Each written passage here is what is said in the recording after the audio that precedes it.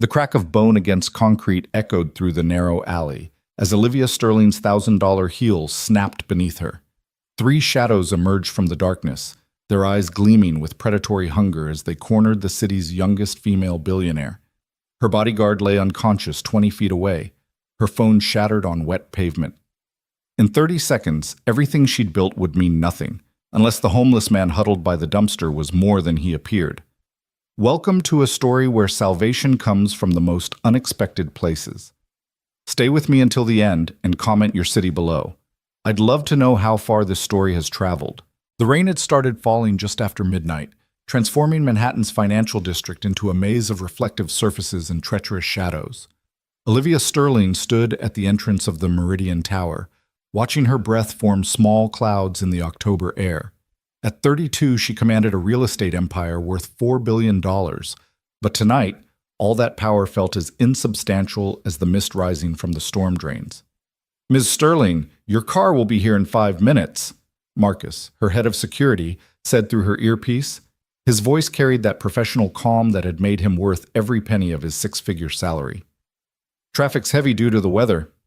"Copy that," Olivia replied, her fingers absently scrolling through the acquisition reports on her phone.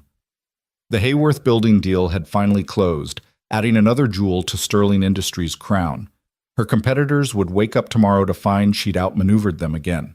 The thought should have brought satisfaction, but lately, every victory felt hollow, like echoes in an empty mansion.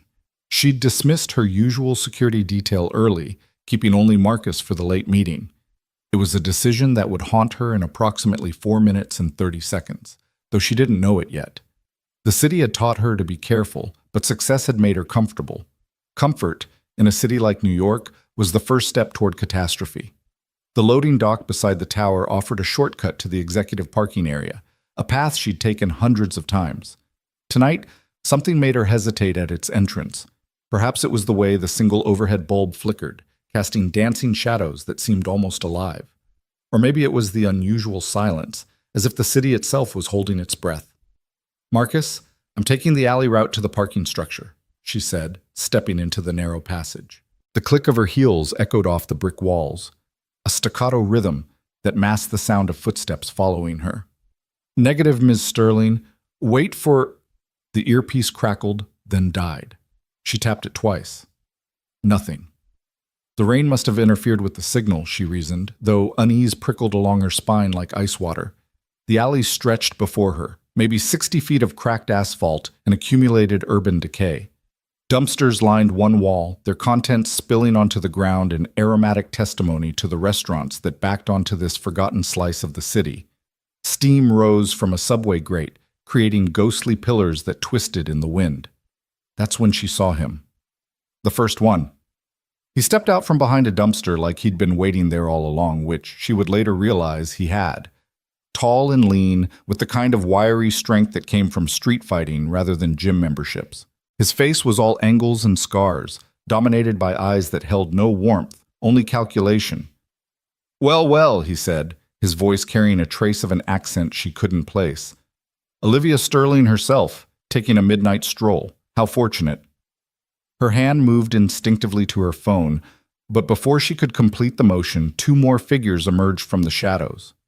The second man was massive, shoulders that could have doubled as a city bus, with hands that looked capable of crushing stone. The third was smaller, quicker, with the nervous energy of a knife blade, which, she noticed with growing alarm, he actually held in his right hand. "Gentlemen," Olivia said, proud that her voice remained steady despite the fear coursing through her veins like electricity. "Whatever this is, we can resolve it civilly. I have money—" "Oh, we know you have money," the first man interrupted, taking a step closer. The smell of cigarettes and something chemical wafted off him. "That's exactly why we're here. See, your company just bought the Hayworth building. Problem is, that building was promised to some very important people. People who don't take disappointment well." The pieces clicked into place in Olivia's mind with horrible clarity. The Calabrese family. She'd known they had interests in the Hayworth deal, but her lawyers had assured her everything was legal, above board. Apparently, the Calabrese family operated by different rules. "This is about business?" She forced a laugh that sounded hollow even to her own ears. Then let's handle it like business people. Name your price. The big man chuckled, a sound like gravel in a cement mixer. Lady, you don't get it. This ain't about money anymore. It's about sending a message. The knife wielder stepped forward, the blade catching the flickering light. A very clear message. Olivia's mind raced through her options. Run? Her broken heel made that impossible. Fight? 3 against 1, and she hadn't been in a physical altercation since a 6th grade playground dispute. Scream? Who would hear her in this urban canyon, with the rain muffling everything? Marcus, she called out, though she knew it was futile. Marcus, code red. The first man shook his head almost pityingly. Your security guy? Let's just say he's taking an unexpected nap. Very unexpected. They were closing in now, forming a triangle with her at the center. The brick wall pressed against her back, cold and unforgiving. Her Hermes bag, worth more than most people's cars, suddenly seemed like the most useless thing in the world. What good was luxury when you were facing the raw, primitive violence that lurked beneath civilization's thin veneer? Please, she said, hating herself for the word but unable to stop it. We can work something out. I'll sell you the building, below market price. Too late for that, the leader said. He pulled something from his pocket. Not a weapon, but a phone. See, we're supposed to record this. Make sure everyone knows what happens when you cross certain lines. The horror of it crashed over her like a wave. This wasn't just assault. It was going to be a performance, a brutal theater designed to terrorize anyone who might challenge these people in the future. She was about to become an unwilling actress in her own destruction. That's when she heard it, a sound so incongruous with the moment that at first she thought she'd imagined it. A cough. Not from her attackers, but from the pile of refuse near the far dumpster. What she'd taken for garbage bags shifted, and a figure emerged from the urban camouflage. He looked like the city's forgotten children, the ones who lived in the margins and shadows. Torn military jacket hanging off a lean frame, jeans so worn they were more suggestion than fabric.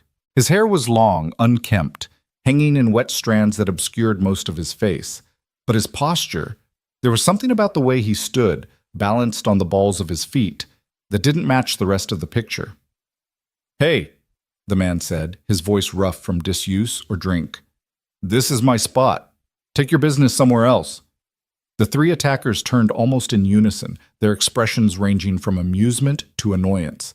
The big man laughed outright. Would you look at this? A bum-playing hero. He cracked his knuckles, the sound like breaking twigs. Get lost, old man, before you become part of the show. The homeless man, though Olivia was beginning to suspect that term didn't quite fit, took a step forward. The overhead light caught his face for just a moment, and she glimpsed eyes that were startlingly clear, focused with an intensity that belonged in a boardroom or a battlefield, not a dark alley. I said, he repeated, each word deliberate as a hammer strike, leave her alone. The leader of the 3 sighed dramatically. Ricky, handle this distraction. We've got work to do. The knife wielder, Ricky apparently, spun toward the newcomer with practiced ease. My pleasure. Haven't had a warm-up in weeks. What happened next would replay in Olivia's mind for months afterward, usually in the small hours when sleep eluded her. Ricky lunged forward, knife extended in what looked like a professionally executed thrust. The homeless man flowed to the side, his hand coming up in a motion so swift it seemed like time had skipped a frame. There was a sound like a branch snapping, and suddenly Ricky was on his knees screaming, his knife hand bent at an impossible angle. Karate, the homeless man said quietly, almost conversationally. Specifically, Shotokan. 23 years of practice, though it's been a while since I've had to use it like this. The big man roared and charged like a bull, all mass and momentum. The homeless man dropped low, so low his palms touched the wet asphalt, and the giant's momentum carried him over and past.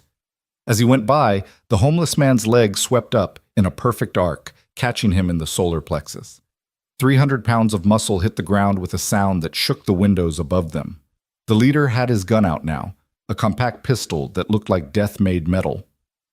Okay, enough games. You just signed your death warrant, hero. But the homeless man was already moving, zigzagging in a pattern that seemed random but wasn't. The first shot went wide, sparking off the brick wall. The second would never come. The homeless man's hand shot out, grabbed the leader's wrist, and twisted in a motion that was part dance, part devastation. The gun clattered across the asphalt as the leader found himself airborne, then very much not airborne as he met the ground with crushing finality. In less than 30 seconds, 3 professional criminals lay groaning on the rain-slicked pavement. The homeless man stood in the center of the chaos, chest heaving but otherwise seemingly unaffected. He looked at each of the fallen men in turn, then said in that same quiet voice, "Leave. Now. Don't come back." Ricky was the first to move, cradling his broken wrist as he stumbled to his feet. He helped the leader up, who was holding his ribs and breathing in short, painful gasps. The big man required both of them to get vertical, and even then he swayed like a tree in a hurricane.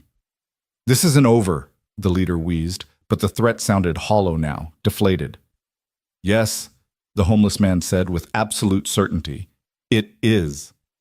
They left, supporting each other, their earlier swagger replaced by the stumbling gait of the thoroughly defeated. Olivia watched them go, her mind struggling to process what had just happened. She'd seen violence before, corporate violence, the kind that destroyed companies and careers. But this was different. This was primal, immediate, and somehow beautiful in its precision. She turned to thank her savior, but he was already walking away, heading back to his spot by the dumpster. "Wait!" she called out. "Please, wait!" He paused, but didn't turn around. "You should go. Your security will be looking for you." "You saved my life." The words felt inadequate, like trying to describe a symphony with a single note. "I don't even know your name." He turned then, just enough for her to see his profile in the dim light. There was something noble in that profile, she thought, like a statue of a forgotten king. "Jack," he said simply. "My name is Jack." "Jack." She tested the name, found it solid, dependable. "I'm Olivia Sterling. I know who you are." There was no judgment in the statement, just acknowledgement. "The whole city knows who you are." "Then you know I can reward you. Money, a job, a place to live, anything you need." He actually laughed at that, a sound that was surprisingly warm despite the circumstances. "I don't need anything from you, Ms. Sterling. I did what anyone should do." "But they didn't," she pointed out. "No one else would have helped. No one else would have risked." She gestured at the alley, at the blood on the asphalt where Ricky had fallen. "Then that's their failing, not my virtue." He started walking again. "Go home, Ms. Sterling. Forget this happened." But Olivia Sterling hadn't built a $4 billion empire by forgetting things. She watched him settle back into his spot by the dumpster, pulling a threadbare blanket around his shoulders. Even in rest, there was something about his posture, a readiness that spoke of constant vigilance. Her phone buzzed. Marcus, finally. "Ms. Sterling, your tracker went dark. We've been—" "I'm fine, Marcus. I'm in the alley behind the building, and we need an ambulance." "Are you injured?" She looked at Jack one more time. He'd closed his eyes, but she had the distinct feeling he was still aware of everything around him, like a resting cat. "No," she said, "but you are, and we need to talk about your replacement." As she waited for her security team to arrive, Olivia's mind was already working, piecing together the puzzle that was Jack. The fighting style he'd mentioned, Shotokan karate, wasn't something you picked up at the local YMCA. 23 years of practice meant dedication, discipline. So how did someone with that kind of training end up sleeping beside a dumpster? The rain had stopped, leaving the alley washed clean, as if nature itself was trying to erase what had happened. But some things, Olivia knew, couldn't be erased. They left marks, invisible but indelible, on everyone they touched. When Marcus arrived, supported by 2 other security guards and sporting an impressive bump on his head, Olivia was still standing there, watching Jack pretend to sleep. "Ms. Sterling, we need to get you out of here," Marcus said, professional despite his obvious concussion. "The police are on their way." "The men who attacked us are gone," she said. "That man—" She pointed to Jack. "He saved me." Marcus squinted at the figure by the dumpster. "The homeless guy? He stopped 3 attackers?" "He's not just homeless, Marcus. He's something else." She let them lead her away, but not before taking one last look at Jack. In the distance, sirens were approaching, their wails cutting through the night like promises of safety that came too late. But for Olivia, safety had come in the most unexpected form. A warrior disguised as a vagrant, a hero who wanted nothing more than to be left alone. As her car pulled away from the alley, Olivia made a decision. She would find out who Jack really was. Not because she needed to reward him, though she would find a way to do that whether he wanted it or not, but because she recognized something in him that she'd seen in herself. Someone who'd been broken by life but refused to stay down. The city scrolled past her window, millions of lights that represented millions of lives, all interconnected in ways they'd never fully understand. Somewhere among those lights was a story, Jack's story, and Olivia Sterling had never walked away from a mystery she couldn't solve. Her phone rang. The caller ID showed her lawyer's number. "Olivia, thank God." David Crenshaw's voice was tight with worry. "I just heard from my contact at the NYPD, the Calabrese family. They already tried, David, and they failed." "What? How?" She smiled, the first genuine smile she'd felt in months. "Let's just say I had a guardian angel. A very unlikely one." "Olivia, this is serious. They won't stop with one attempt. You need to increase security, maybe leave the city for a while." "No." The word came out harder than she intended. "I'm not running, but I do need you to do something for me. Anything. I need you to research someone, but first name Jack, probably military background, trained in Shotokan karate, currently homeless in the financial district." "That's not much to go on." "Then you'd better get started." She ended the call and leaned back in the leather seat, her mind already racing ahead. The Calabrese family thought they could intimidate her, make her another victim in their long history of violence and coercion. They were about to learn that Olivia Sterling didn't become one of the youngest billionaires in the country by backing down from fights. But first, she had a debt to repay. 3 blocks away, Jack opened his eyes and looked at the spot where Olivia had stood. He'd heard every word of her phone conversation, a skill developed from years of needing to be aware of his surroundings. She would come looking for him, he knew. They always did, the ones he helped. They wanted to understand, to categorize, to fix. He pulled out a worn photograph from his jacket pocket, protected by a Ziploc bag from the rain and time. A little girl smiled back at him, gap-toothed and bright-eyed, standing in a karate dojo wearing a white gi that was too big for her small frame. Emma, his daughter, his everything. "I kept someone safe tonight, baby girl," he whispered to the photograph. "Just like I couldn't keep you safe." The memory crashed over him like it always did, a tsunami of guilt and grief. The car accident, the drunk driver who walked away without a scratch while his 7-year-old daughter died in his arms, the spiral that followed, the drinking, the fights, the loss of his dojo, his home, his identity. Everything except the skills that his sensei had drilled into him since he was younger than Emma had been. "Karate is not about fighting," Master Yamamoto had said. "It's about protecting those who cannot protect themselves." Tonight he'd honored that teaching, even if he couldn't honor much else anymore. Jack tucked the photograph away and settled back against the cold brick wall. Tomorrow, he'd have to move, find another spot, another shadow to disappear into. It's what he did now. Exist in the margins, a ghost of the man he used to be. But tonight, for just a moment, he'd been something more.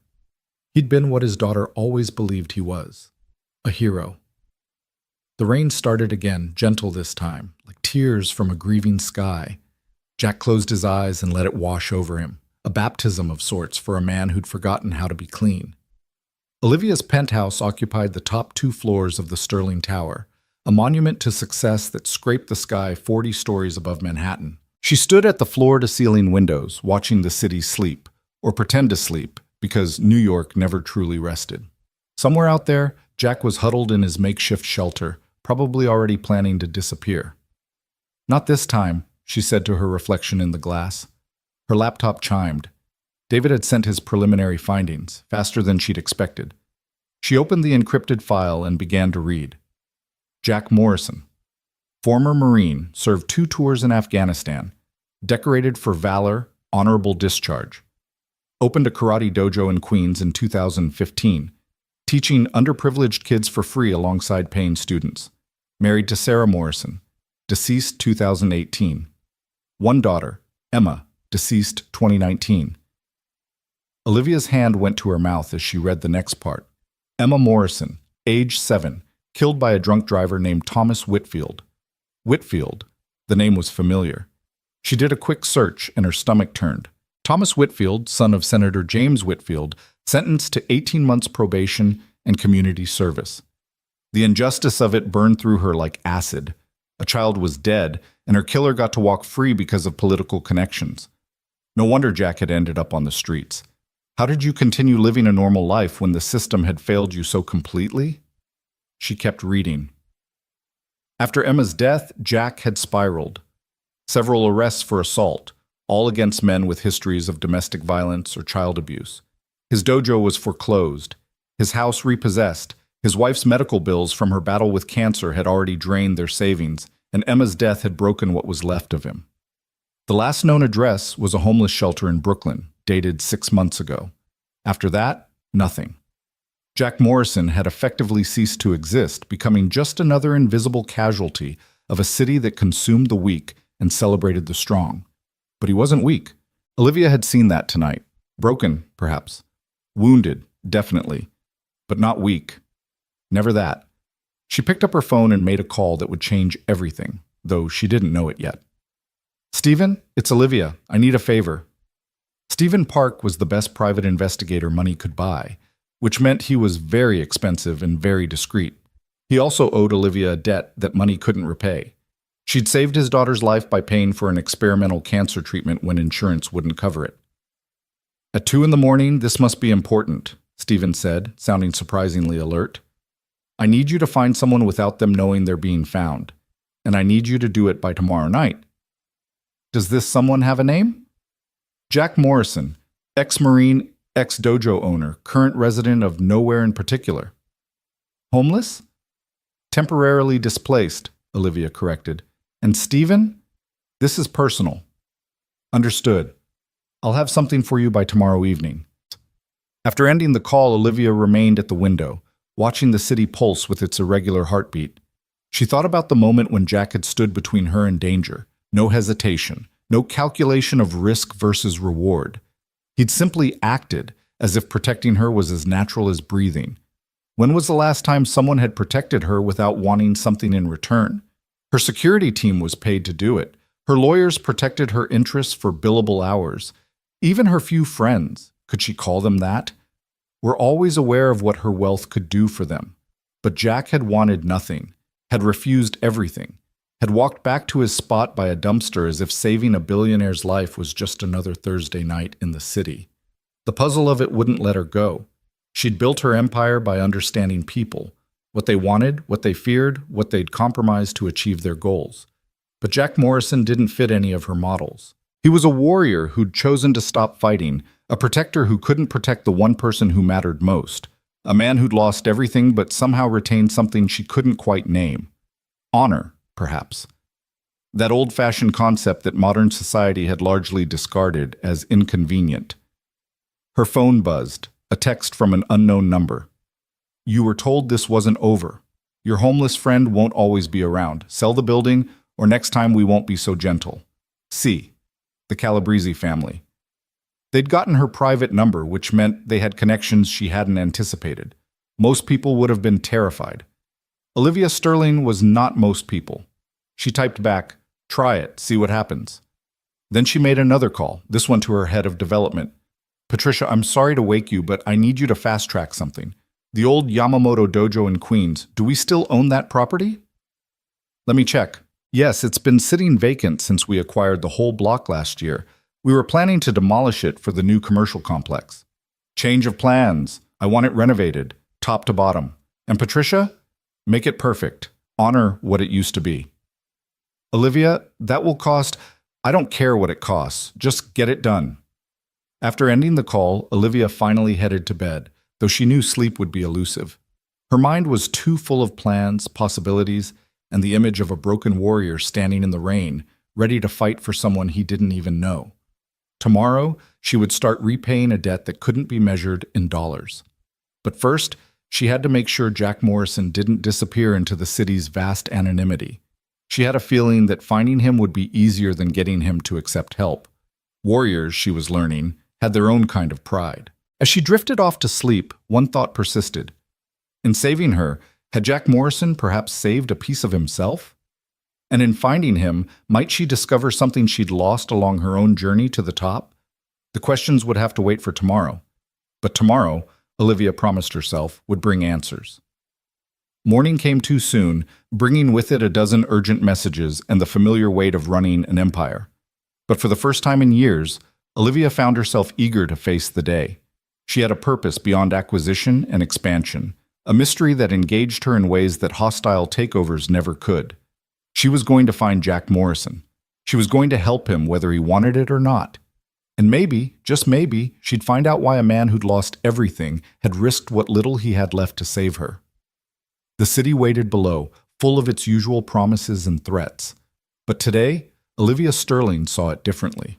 Today, she saw it as a place where heroes could hide in plain sight, where honor could survive even the deepest losses, and where a chance encounter in a dark alley could change everything. Today, she began the search for a ghost who'd proved he was still very much alive. The search for Jack Morrison consumed the next 48 hours of Olivia's life in ways she hadn't anticipated. Stephen Park's initial reports came back frustratingly sparse. The man had become a ghost, moving through the city's forgotten spaces like smoke through fingers. Security footage from the alley that night showed only shadows and rain, the cameras mysteriously malfunctioning during the crucial moments. It was as if the city itself was protecting Jack's anonymity. Olivia stood in her office, studying a map of Manhattan that Stephen had marked with possible sighting locations. Red pins clustered around the financial district, but there were outliers. A soup kitchen in Chelsea, a public library in Midtown, a veterans shelter in the Bronx that Jack had visited once but never returned to. "He's smart," Stephen said, standing beside her. "Never stays in one place more than 2 nights. Never uses the same food source twice in a week. It's like he's running counter-surveillance, except there's no evidence anyone's actually looking for him." "Except us," Olivia pointed out. "Except us," Stephen agreed, "and we're having a hell of a time." Marcus entered the office, moving stiffly from his injuries but refusing to take medical leave. His replacement had lasted exactly 1 day before Olivia fired him for suggesting she was being paranoid about the Calabrese threat. "Ms. Sterling, there's been a development," Marcus said, his expression grim. "The 3 men from the alley, they've been found. Arrested. Dead." The word hung in the air like a physical presence. Olivia felt her blood turn cold. "All 3? Execution style. The police found them in a warehouse in Queens. The word on the street is that they failed their mission and paid the price." Olivia sank into her chair, the weight of the situation crushing down on her. Those men had been criminals, yes, but they'd been human beings. Their deaths were a message, written in blood. The Calabrese family didn't tolerate failure. "They'll send others," she said. Not a question, but a statement of fact. "Without doubt," Marcus confirmed. "We need to increase your security detail." "I've already contacted—" "No." Olivia stood up, decision crystallizing in her mind. "We're not playing defense anymore. Stephen, I need you to find Jack Morrison today. Not tomorrow, not next week. Today." Stephen raised an eyebrow. "That's a tall order. The man clearly doesn't want to be found." "Then find someone he cares about. There has to be someone, something that still connects him to the world." Stephen pulled out his tablet, scrolling through his notes. "There might be something. The dojo where he trained, not the one he owned, but where he learned. It's in Chinatown, run by a master Yamamoto. Jack studied there from age 12 until he joined the Marines. Is Yamamoto still alive? 93 years old and still teaching, apparently, though his grandson runs most of the classes now." Olivia grabbed her coat. "We're going there. Now." The drive to Chinatown took them through the heart of Manhattan's contradictions. Gleaming towers giving way to older buildings, privilege sliding into working-class struggle. The new city built on the bones of the old. The Yamamoto Dojo occupied the 2nd floor of a narrow building squeezed between a dim-sum restaurant and an herbal medicine shop. The stairs creaked under their feet as they climbed, each step taking them further from Olivia's world of corporate power into something older, more fundamental. The dojo itself was a surprise. Olivia had expected something run down, struggling. Instead, she found a space that, while simple, was immaculate. The wooden floor gleamed, polished by decades of bare feet. Weapons lined one wall, bow staffs, nunchaku sai, each in perfect condition. The air smelled of sweat and dedication, with an underlying note of sandalwood incense. A class was in session, about 20 students ranging from children to adults, all in white gis, moving through kata with synchronized precision. Leading them was an elderly Japanese man who moved with the fluid grace of someone who'd forgotten more about martial arts than most people would ever learn. Master Yamamoto noticed them immediately, though he gave no sign until the kata was complete. Then, with a few words in Japanese, he turned the class over to a younger instructor and approached them, his movements economical despite his age. "You are looking for Jack-san," he said without preamble. It wasn't a question. Olivia found herself bowing slightly, an automatic response to the man's presence. "Yes, Master Yamamoto. How did you know? When someone like you comes to a place like this, it is never for lessons." His eyes, dark and sharp despite his years, studied her with an intensity that made her feel transparent. "You are the woman from the alley. He told you?" "He tells me nothing, but I know my student, even when he tries to hide in shadows." Yamamoto gestured for them to follow him into a small office adjacent to the main floor. The walls were covered with photographs, students at tournaments, belt ceremonies, demonstrations. Olivia spotted Jack in several, younger, smiling, whole. "Jack-san was my finest student," Yamamoto said, settling onto a cushion with surprising flexibility. "Not the most naturally talented. That was another boy who quit after 2 years. But Jack understood something many never grasp. Karate is not about fighting. It is about protecting what matters." "His daughter," Olivia said softly. Yamamoto's expression darkened. Emma-chan was sunshine in human form. She would come here, sit in that corner, and watch her father teach. Sometimes she would join the children's class, though she was more interested in making the other students laugh than in learning kata. The old master stood and removed a framed photograph from the wall, handing it to Olivia. It showed Jack and his instructor's gi, Emma on his shoulders, both laughing at something off camera. The joy in the image was almost painful to witness, knowing what came after. "After she died, Jack-san came here once," Yamamoto continued. "He stood in the doorway for perhaps 5 minutes, watching a class. Then he left. That was 2 years ago. Do you know where he is now?" Yamamoto was quiet for a long moment, clearly wrestling with something. Finally, he spoke. "There is a place. An old subway maintenance tunnel, abandoned for decades. Jack-san discovered it during his darker days, when he fought in underground matches to punish himself." "Underground fights?" Marcus interjected, concerned. "Not for money," Yamamoto clarified. "For pain. He sought to hurt as much on the outside as he did within. I tried to stop him, but grief makes us deaf to wisdom." The master wrote an address on a piece of paper, his calligraphy precise even in English. "If you go carefully. Jack-san is like a wounded wolf, dangerous when cornered, even to those trying to help." As they prepared to leave, Yamamoto spoke again. "Miss Sterling, may I ask you something?" "Of course." "Why do you seek him? He saved your life, yes, but debts of gratitude are easily paid with money sent to a shelter or charity in his name. Why pursue the man himself?" Olivia considered the question, surprised to find she didn't have a ready answer. In business, she always knew her motivations, could chart the path from action to profit. But this was different. "Because," she said finally, "I've spent my entire life surrounded by people who want something from me. Jack wanted nothing. He gave everything and asked for nothing. I need to understand that. And maybe I need to prove that such acts don't go unrecognized, that they matter." Yamamoto smiled, the expression transforming his stern features. "Then perhaps you understand more about karate than you know. Go well, Olivia Sterling. And when you find him, tell Jack-san that his sensei still believes in him." The maintenance tunnel was in a part of the city Olivia rarely saw. The industrial wasteland between Queens and Brooklyn, where the urban landscape became a maze of rust and concrete. The entrance was hidden behind a chain-link fence that had been carefully cut and bent back, invisible unless you knew where to look. Stephen had wanted to go in first, to scout, but Olivia refused. "He'll run if he sees strangers. It has to be me." "This is dangerous," Marcus protested. "At least let me—" "No.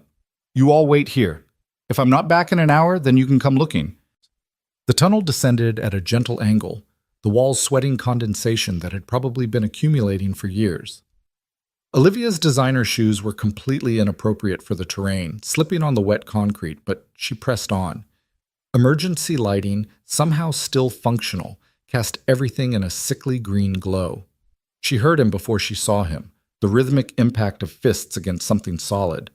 Following the sound, she found herself in a wider chamber, probably once used for storing maintenance equipment. Jack had transformed it into a makeshift training space. A heavy bag patched with duct tape hung from a rusted beam. Training equipment salvaged from who knows where lined one wall. And in the corner, a small living space, military neat despite the surroundings. Jack stood with his back to her, working the heavy bag with a combination of strikes that spoke of muscle memory so deep it had become instinct. He was shirtless, and Olivia could see the map of scars across his back. Some old, from his military service probably. Others newer, from his time on the streets. "I told you not to come looking," he said without turning around. "How did you know it was me?" "Your perfume.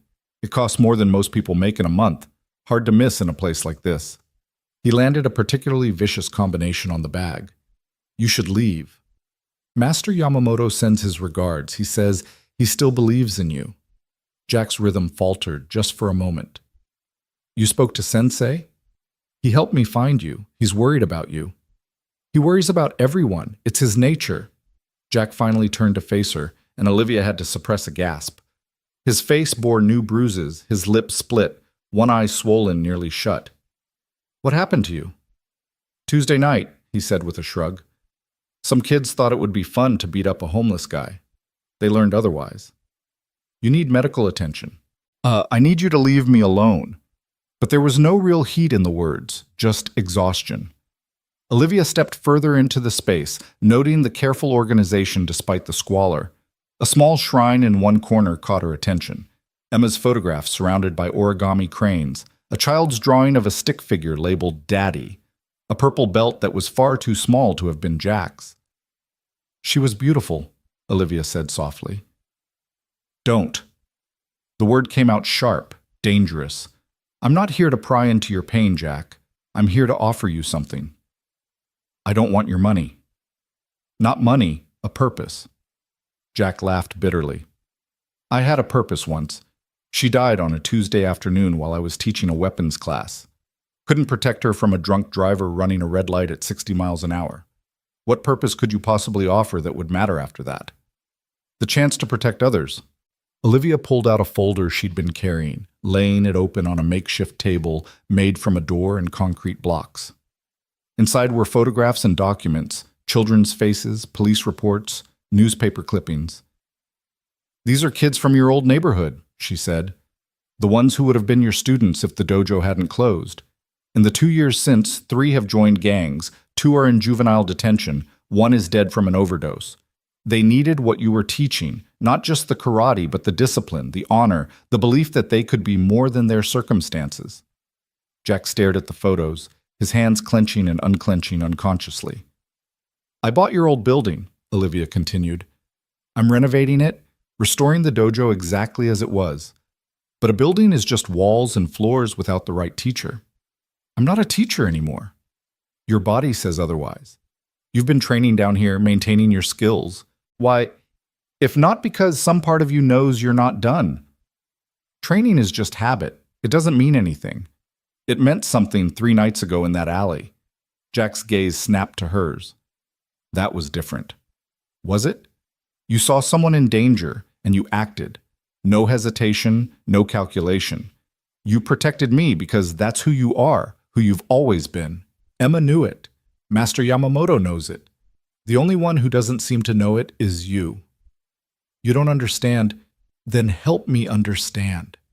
Olivia moved closer, close enough to see the pain etched in every line of his face.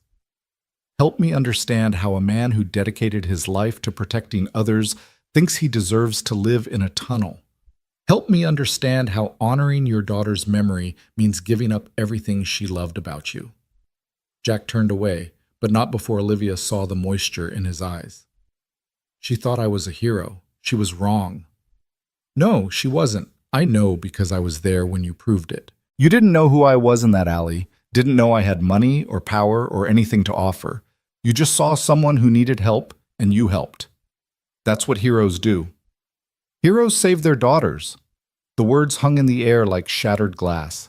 Olivia felt their edges, sharp and dangerous, and chose her next words carefully. My mother died when I was 8, she said. Cancer. My father spent every penny we had on treatments, sold everything, borrowed more. None of it mattered. She died anyway. He blamed himself, said if he'd been richer, smarter, faster to recognize the symptoms, she might have lived. He drank himself to death within 2 years. Jack looked at her, perhaps seeing her clearly for the first time. I spent years hating him for leaving me, Olivia continued, but eventually I realized something. His guilt didn't honor my mother's memory, it dishonored it. She wouldn't have wanted him to destroy himself. She would have wanted him to live, to find meaning, to make her proud. Emma wouldn't want this for you, Jack. You didn't know her. No, but I know she was raised by you. That tells me everything important about who she was. Jack was quiet for a long moment, staring at the small shrine. When he spoke, his voice was barely above a whisper. I see her sometimes, walking past in a crowd, in the laugh of another child, in the way light falls through leaves. For just a second, I forget she's gone. Then I remember, and it's like losing her all over again. That never goes away, Olivia said gently. But you learn to carry it, and eventually you find ways to make that weight meaningful instead of just heavy. By teaching karate to kids? By being who Emma believed you were. By taking all that love and grief and turning it into something that helps others. By refusing to let Thomas Whitfield destroy 2 lives instead of 1. Jack's head snapped up at the mention of the name. You know about him? I know he got 18 months probation for killing your daughter. I know his father's political connections kept him out of prison. I know he's violated that probation twice with other DUIs, but nothing's been done about it. The system protects people like him. Usually yes, but I'm very good at working around systems. Olivia pulled out another document. Thomas Whitfield currently owes $3 million to some very unpleasant people due to a gambling addiction his father doesn't know about. Those people recently sold that debt to a company I own through about 12 shell corporations. Would you like to know what I plan to do with that leverage?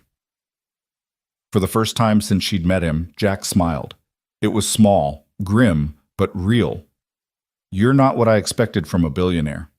And you're not what I expected from a homeless man. Maybe we should both stop expecting and start doing something about it. Even if I wanted to teach again, I'm not the man I was. The kids would see that. They'd see a man who's been through hell and survived. Sometimes that's exactly the teacher they need. Olivia moved toward the entrance of the tunnel.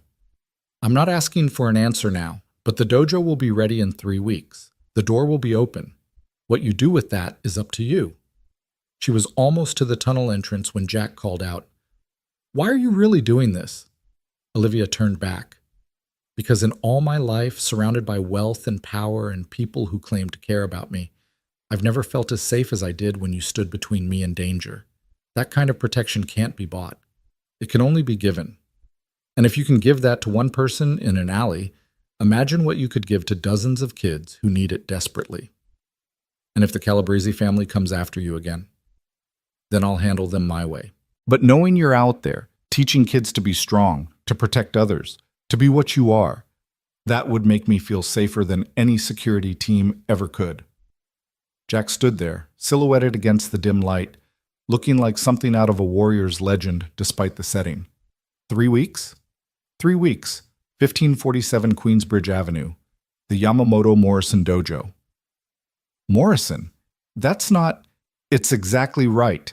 Emma's name deserves to be on something that matters. Olivia left then, before he could respond, before the moment could break under the weight of too many words.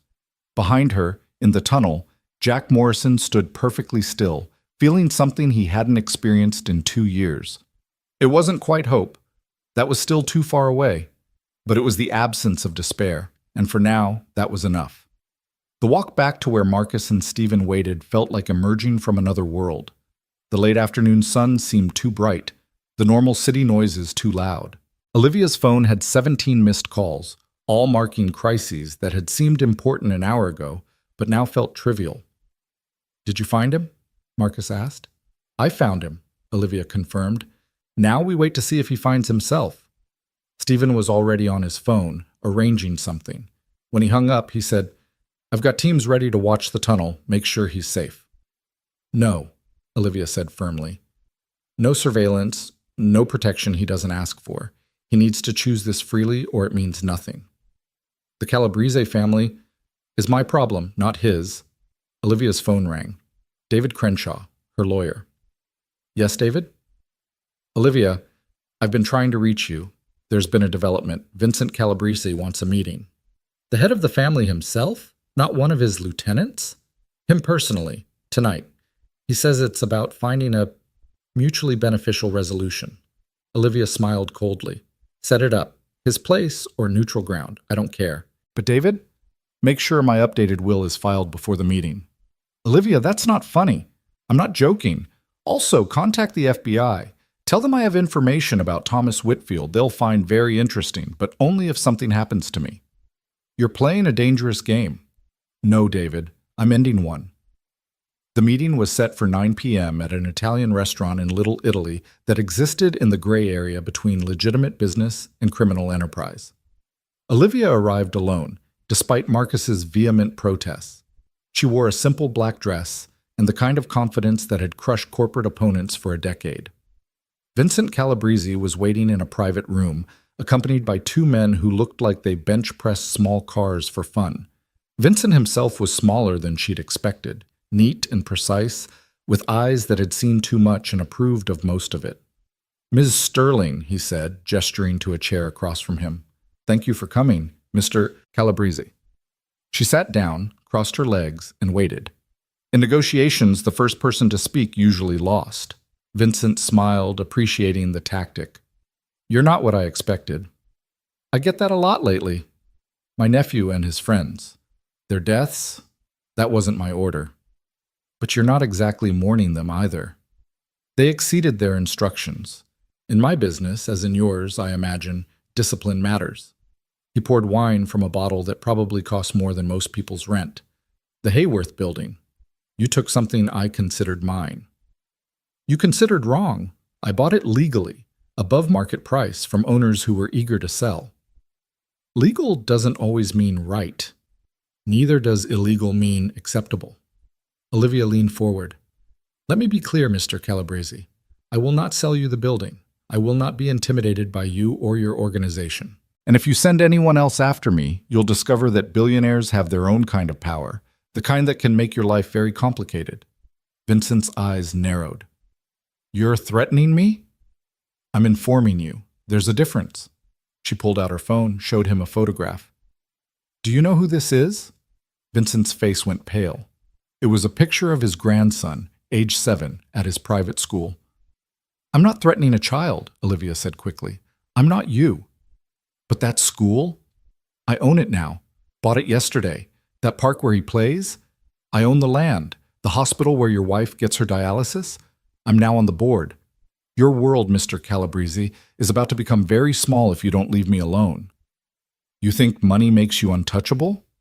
"No, but it makes me dangerous in ways you're not prepared for. Your predecessor understood this. It's why the old families learned to coexist with people like me rather than fight us." Vincent was quiet for a moment, calculating. "And if I agree to leave you alone?"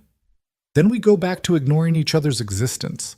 The Hayworth building remains mine, but I'll make sure your construction company gets the renovation contract. Legitimate work, legitimate pay." "That's it?" "That's it. Peace is profitable, Mr. Calabrese. War is expensive, and not just in money." Vincent stood, and for a moment Olivia thought she'd miscalculated. Then he extended his hand. "You have spine, Ms. Sterling. In another life, you would have made a good addition to the family." In another life, Mr. Calabrese, you would have made a decent CEO. They shook hands, a deal sealed without lawyers or contracts, the old way that still meant something in certain circles. As Olivia left the restaurant, she felt the weight of the past few days settling on her shoulders. She'd faced down a crime family, found a broken warrior, and possibly set in motion something that could matter more than any acquisition or merger. But the real test would come in 3 weeks, when the dojo doors opened. Would Jack Morrison walk through them? 3 weeks passed with agonizing slowness for Olivia, each day bringing new reports from the renovation crew at the dojo. She threw herself into the project with an intensity that surprised even her closest associates, personally approving every detail from the type of wood for the floors to the exact shade of white for the GIs she'd ordered for future students. Patricia, her head of development, had stopped questioning the expenses after Olivia's 3rd visit to the site, recognizing the look of someone on a mission that transcended profit margins. The morning the dojo was set to open, Olivia stood in the transformed space, breathing in the scent of fresh wood polish and new tatami mats. Sunlight streamed through windows that had been carefully restored to their original design, casting geometric patterns across the floor where Emma Morrison had once sat watching her father teach. The weapons wall had been rebuilt exactly as it had been, each implement placed according to photographs from Jack's teaching days. Even the small corner where Emma used to sit had been preserved, though Olivia had added something, a small plaque that read Emma's Corner, where champions learn to laugh. Master Yamamoto arrived first, moving through the space with the careful assessment of someone checking a student's form. He said nothing for several minutes, just walked and observed, occasionally running his fingers along the walls or testing the spring of the floor with a few quick movements.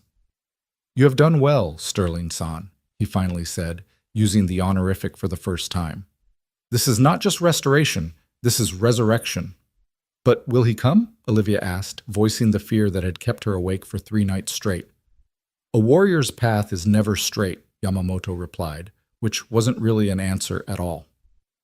By noon, a small crowd had gathered. Word had spread through the old neighborhood that the dojo was reopening, and parents who remembered Jack had come to see if the rumors were true. Some brought their children, kids who looked at the space with the kind of hunger that came from having too few positive options in their lives. Marcus stood near the entrance, trying to blend in despite looking exactly like what he was. Expensive security in a place where expensive anything was viewed with suspicion. 1 o'clock came and went, then 2. Olivia tried not to check her phone obsessively, tried not to let her disappointment show. She'd been so certain that Jack would come, that the pull of teaching, of honoring Emma's memory through action rather than grief, would be enough to draw him back. A woman approached her, middle-aged with tired eyes but a warm smile. "Excuse me, are you the one who rebuilt this place?" "Yes," Olivia replied, forcing her attention to the present. "My son trained here with Mr. Morrison before it closed." "Roberto. He's 15 now, running with the wrong crowd because there's nowhere else to go. Is it true Mr. Morrison might come back?" Before Olivia could answer, a commotion at the entrance drew everyone's attention. 3 teenage boys had entered, their posture aggressive, wearing colors that marked them as members of the East Side Kings, a gang that had claimed this territory after the dojo closed. "Yo, this our block," the leader announced, barely 17 but already carrying himself with the practiced menace of someone twice his age. "Nobody sets up here without paying rent." Marcus started to move, but Olivia held up a hand, stopping him. This was a test, she realized, though she wasn't sure who was being tested. "This is a dojo," she said calmly, "a place of learning and discipline. It doesn't pay rent to anyone." The boy laughed, pulling up his shirt to reveal the handle of a gun. "Lady, you don't know how things work around here. This fancy renovation? That makes you a target. You pay us for protection, or things get broken, starting with you." The crowd had gone silent, parents pulling their children back, everyone recognizing the familiar script of intimidation that ruled too many neighborhoods. Olivia felt the weight of their resignation, the acceptance that this was just how things were. Then a voice came from the doorway, quiet, but carrying the kind of authority that made everyone turn. "The only thing that's going to get broken is your illusion that you're tough." Jack Morrison stood in the entrance, but this wasn't the broken man from the tunnel. He'd shaved, cut his hair, and wore a simple black gi that made him look like what he was, a master of violence who chose not to use it. His presence filled the room in a way that had nothing to do with his physical size and everything to do with the energy he carried. The gang leader's hand moved toward his weapon, but Jack was already moving, covering the distance between them in 3 quick steps. His hand clamped down on the boy's wrist before he could draw the gun, applying pressure that made the teenager's eyes water. "First lesson," Jack said, loud enough for everyone to hear. "A weapon doesn't make you strong. It reveals your weakness." He twisted slightly, and the gun clattered to the floor. Jack kicked it away without looking. Second lesson. True strength is knowing when not to fight. The other 2 gang members started forward, but Jack's gaze stopped them cold. "You want to jump me? 3-on-1? Go ahead. But know this. I've got nothing left to lose, which makes me the most dangerous person you'll ever meet." Or, he paused, releasing the leader's wrist. "You can walk out of here, spread the word that this dojo is off limits, and maybe learn something that will keep you alive past 20. The leader rubbed his wrist, pride warring with survival instinct. "You're crazy, old man." "Probably," Jack agreed. "But I'm also the person offering you a choice. Most people in your life won't do that. They'll just shoot you or arrest you. I'm offering you something different." "What?" "A way out." Jack gestured to the dojo. "You come here, you train, you learn discipline. Not just fighting, discipline. The kind that makes you more than your circumstances. We don't need no Karate Kid bullshit." Roberto did. The woman who'd approached Olivia earlier gasped. "You remember him?" Jack turned to her, and his expression softened. "Mrs. Vega, Roberto was one of my best students. Quick learner, good heart. I heard he's been struggling since the dojo closed." "He joined the Kings 6 months ago," she admitted, tears in her eyes. "I couldn't stop him." Jack looked back at the gang leader. "Roberto Vega is one of yours?" "Yeah, so he was mine first, and I'm taking him back." Jack pulled out a phone, a flip phone that looked like it had survived a war. "Call him. Tell him his sensei wants to see him." "I don't take orders from—" "Call him," Jack repeated, and something in his voice made it clear this wasn't a request. The leader made the call, speaking in rapid Spanish, clearly unsettled. Within 10 minutes, Roberto Vega arrived, and the change in him from the eager student in the old photographs to the hardened teenager he'd become was heartbreaking. But when he saw Jack, something flickered in his eyes. Shame, maybe, or hope. "Sensei?" Roberto's voice cracked on the word. "You came back?" "The question is whether you will," Jack said. "The dojo is open again. Your spot in the advanced class is waiting, but you come as a student, not as a king. You can't be both." "The kings don't let people just leave," the leader interjected. Jack smiled, and it wasn't a pleasant expression. "They do now. This dojo is neutral ground. Anyone who trains here is under my protection. You have a problem with that. You take it up with me personally. And trust me, you don't want to do that." The gang leader looked around the room, saw the parents watching with a mixture of fear and hope, saw Master Yamamoto standing perfectly still but somehow radiating menace despite his age, saw Olivia Sterling, whose presence here made no sense unless there was more to this story than he understood. "This is crazy," he muttered, but he was already backing toward the door. "Life is crazy," Jack agreed. "The question is what kind of crazy you choose. The kind that ends with you dead or in prison by 25, or the kind that gives you a chance at something more." After the gang left, taking their toxic energy with them, the atmosphere in the dojo shifted. Parents moved forward, children peered out from behind their mother's legs, and Roberto Vega stood frozen between worlds, looking like he might bolt at any second. "Roberto," Jack said gently, "show me your kata. Let's see what you remember." I haven't practiced in 2 years, Sensei." "Then we'll start with what you know and build from there. That's what we do here. We build from where we are, not from where we wish we were." Roberto moved to the center of the floor, awkward in his street clothes, and began the first kata he'd learned. His form was rusty, his balance off, but the foundation was there. Jack watched, occasionally calling out corrections, and slowly Roberto's movements became more confident. more precise. By the end, he was crying, though he tried to hide it. Tuesday and Thursday evenings, Saturday mornings, Jack announced to the room. Classes are free for those who can't pay, subsidized for those who can pay something, full price for those who can afford it. Everyone trains together, no economic segregation. First class is tomorrow evening, 6 p.m. sharp. Bring water, wear comfortable clothes. G's will be provided for those who commit to 3 months of training.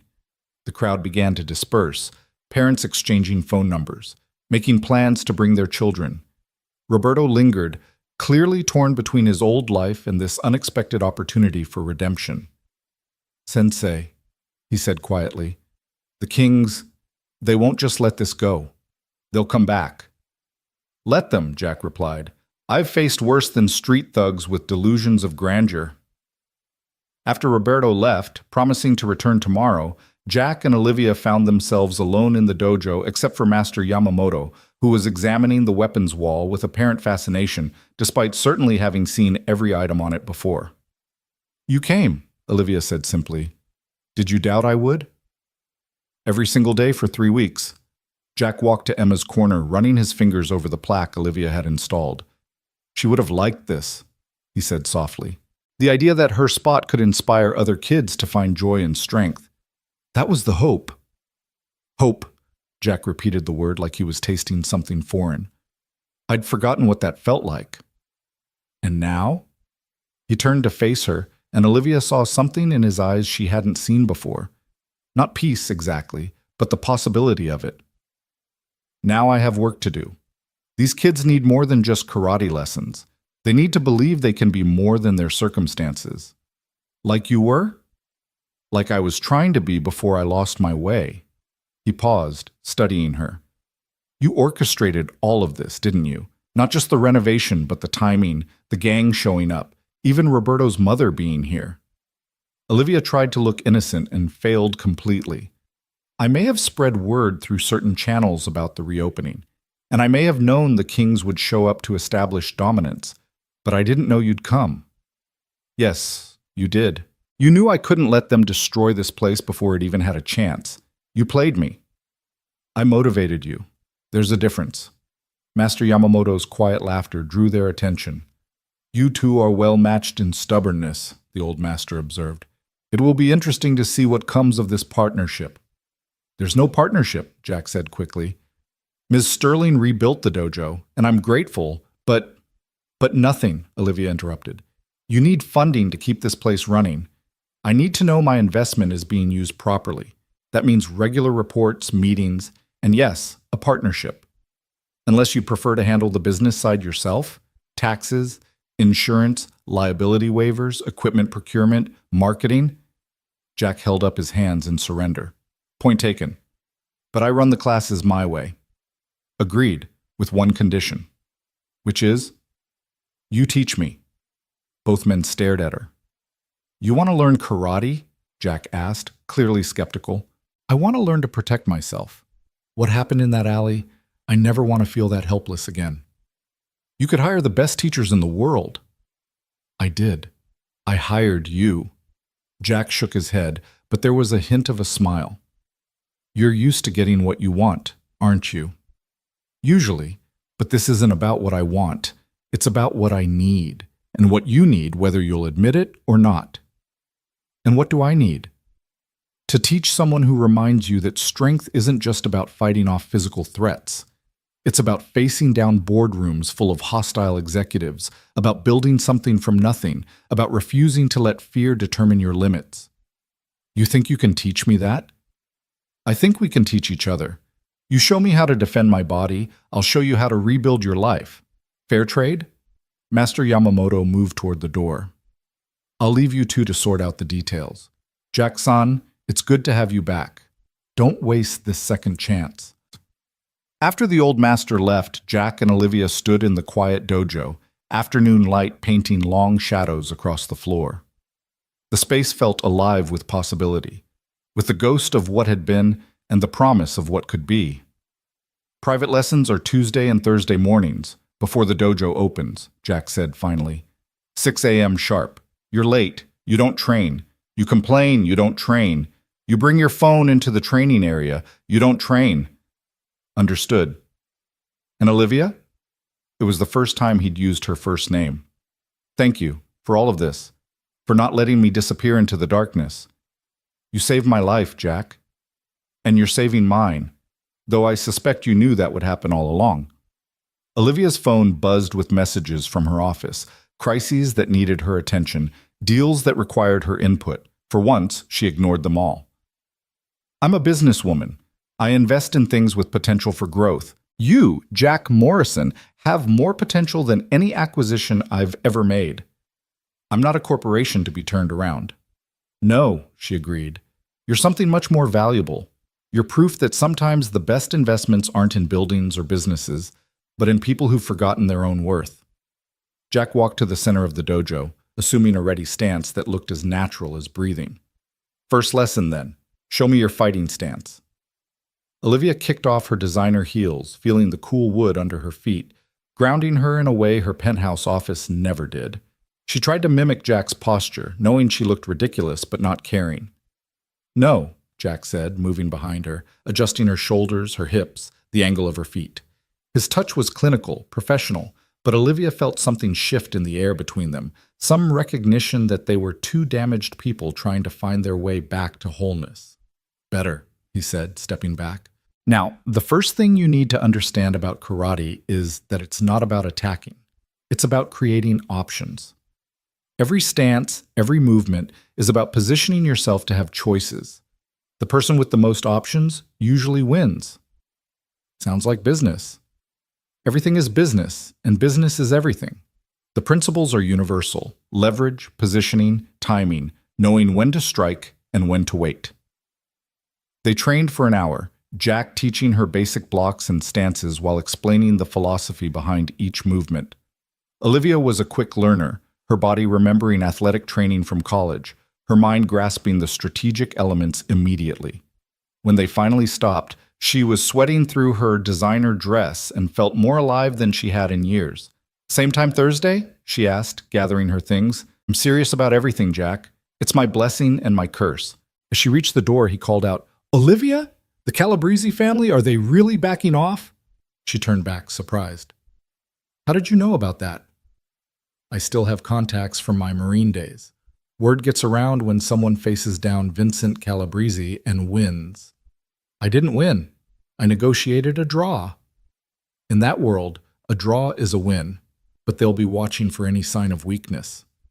Then it's good I'm learning to be strong. The next few weeks fell into a rhythm that surprised everyone, including Jack and Olivia themselves. The dojo filled with students, not just kids from the neighborhood, but adults too, people who'd heard about the master who'd faced down the kings and lived to teach about it. Roberto became Jack's assistant instructor, his transformation from gang member to leader, inspiring others to believe change was possible. Olivia's private lessons evolved from simple self-defense into something more complex. Jack taught her not just how to fight, but how to think like a warrior, constant awareness, strategic positioning, the economy of movement that turned every action into potential advantage. In return, she helped him navigate the business side of running the dojo, taught him about cash flow and sustainability, about building something that could last beyond the initial enthusiasm. They were an odd pair, the billionaire and the warrior, the corporate queen and the broken sensei. But somehow it worked. Olivia found in the dojo a simplicity that cut through the complexity of her corporate life, a place where success was measured in perfected techniques and childhood laughter rather than stock prices and acquisition targets. Jack found in Olivia's relentless optimism a counterweight to his grief, her refusal to accept defeat in any form slowly chipping away at the walls he'd built around his heart. One Thursday morning, 6 weeks after the dojo reopened, Olivia arrived to find Jack sitting in Emma's corner, holding a letter. "What's that?" she asked, setting down her gear. "A thank you note. From Roberto's mother. Her son hasn't just left the gang, he's back in school talking about college." Jack's voice was thick with emotion. "She says I saved his life." "You did?" "No, we did. This place, this chance, it wouldn't exist without you." Olivia sat down beside him, close enough that their shoulders touched. It wouldn't matter without you. A dojo is just a building. A sensei makes it a place of transformation. Is that what we're doing here? Transforming? Every day. The kids, the community, ourselves, especially ourselves. Jack was quiet for a moment, then said, Emma would have been 9 this week. Tell me about her. And he did. For the first time since her death, Jack talked about his daughter, not with grief, but with joy, sharing stories of her first attempts at kata, her insistence on wearing her purple belt to school, even though it didn't match her uniform, her belief that her father's karate could fix anything from skinned knees to broken hearts. She was right, you know, Olivia said when he finished. Your karate did fix things. It fixed that night in the alley. It's fixing Roberto and the other kids. It's fixing... She paused, then continued more quietly. It's fixing me. You weren't broken. Wasn't I? I had everything except the ability to feel safe, to trust that someone would stand between me and danger without calculating the cost. You gave me that. And you gave me a reason to continue Emma's legacy in a way that honors her joy, not just my grief. They sat in comfortable silence, watching the morning sun paint patterns across the dojo floor. The space that had once held such pain for Jack had become something else. Not a monument to loss, but a testament to resilience, to the possibility of building something beautiful from broken pieces. I should tell you something, Olivia said eventually. Thomas Whitfield was arrested yesterday. The FBI found evidence of multiple DUI violations and tax evasion related to covering them up. He's looking at serious prison time. Jack absorbed this information without visible reaction. You did that? I provided information. The justice system did the rest eventually. It won't bring her back. No, but it might prevent him from taking someone else's child. That's something. It's everything, Jack corrected. Thank you. We should train, Olivia said, standing and offering him a hand up. You're teaching me that spinning kick today, right? You're not ready for that. I'm a fast learner. You're stubborn. That too. Jack took her hand, allowing her to help him to his feet, even though they both knew he didn't need it. It was a small gesture, but it spoke volumes about how far they'd both come. The warrior who'd learned to accept help, the billionaire who'd learned to offer it without expectation of return. They moved to the center of the dojo, assuming their fighting stances, but something had shifted between them. The professional distance that had characterized their early lessons had given way to something warmer, more personal. When Jack adjusted Olivia's stance now, his hands lingered a moment longer than necessary. When she successfully executed a difficult combination, the pride in his eyes was about more than just her technical improvement. Focus, Jack said, but he was smiling. I am focused. On the technique, not on... He paused, catching himself. On what? Olivia challenged, raising an eyebrow. On whatever it is that's making you smile like that. Maybe I'm just happy. Is that allowed in the dojo? Emma always said the dojo should be a happy place, Jack admitted. She said people fought better when they were joyful than when they were angry. Smart girl. The smartest. They continued training, but the atmosphere had changed, charged with possibility neither of them quite ready to acknowledge. Outside, the city was waking up, the sounds of traffic and commerce filtering through the windows. But inside the dojo, in this space carved out of time and transformed by will and hope, two people who'd saved each other in different ways moved through ancient forms, finding in the discipline of combat a path towards something that looked suspiciously like peace. The change in their relationship happened gradually, like dawn breaking over the city, imperceptible at first, then undeniable. 3 months after the dojo's reopening, Olivia arrived for her morning lesson to find Jack already in motion, working through an advanced kata she'd never seen before. His movements were fluid poetry, each strike and block flowing into the next with a grace that made violence look like art. She stood in the doorway, transfixed, watching him move through space as if he were conducting an orchestra only he could hear. When he finished, breathing hard but centered, he turned to find her watching. You're early, he said, but there was warmth in his observation. You're beautiful, she replied without thinking, then felt heat rise to her cheeks. I mean, the kata. The form was beautiful. Jack studied her for a moment, something shifting in his expression. It was Emma's favorite to watch. She said it looked like dancing. She was right. Olivia entered the dojo, removing her shoes with the reverence the space deserved. Will you teach it to me? It's a black belt form. You're not ready. I'm never ready according to you, but I keep surprising you anyway. That drew a smile from him, the kind that transformed his face from warrior to something softer, more accessible. Fair point, but this one is different. It requires perfect balance between power and grace, aggression and restraint. It's about finding harmony in opposition. Sounds like my entire life, Olivia said, moving to stand beside him. Show me. For the next hour, Jack broke down the complex form into manageable sequences, his hands guiding her through each transition. There was an intimacy to it that went beyond their usual training. The way he stood behind her to demonstrate the arm movements, his chest against her back, his breath warm on her neck as he counted out the rhythm. When she stumbled on a particularly difficult turn, he caught her, his arms around her waist, holding her steady for a moment longer than balance required. Again, he said, but his voice had gone rough. She tried the sequence again, hyper-aware of his presence, the way he moved with her like a shadow, ready to correct or catch as needed. This time she nailed it, the movement clicking into place with a satisfaction that was almost physical. Yes, she exclaimed, turning to face him, and found him closer than expected, close enough to see the flecks of gold in his brown eyes, close enough to smell the sandalwood soap he used. You're a quick study, he said quietly. I have an excellent teacher. They stood there, frozen in a moment that felt like standing on a precipice. Then Jack stepped back, the professional distance sliding back into place like armor. That's enough for today, he said. You should get to your office. Jack, please, Olivia, not yet. The yet hung between them, a promise or a warning, she wasn't sure which. She gathered her things, confused and frustrated by the push and pull of whatever was building between them. There's something else, Jack said as she reached the door. I got a call yesterday, from someone claiming to represent your interests. Olivia turned back, frowning. I haven't sent anyone. I know, that's why I'm telling you. They wanted information about you, about your schedule here, your training progress. I told them nothing and hung up, but someone's watching. Olivia's mind immediately went to the Calabrese family, but Vincent had been true to his word so far, their agreement holding. Did they give a name? Richardson.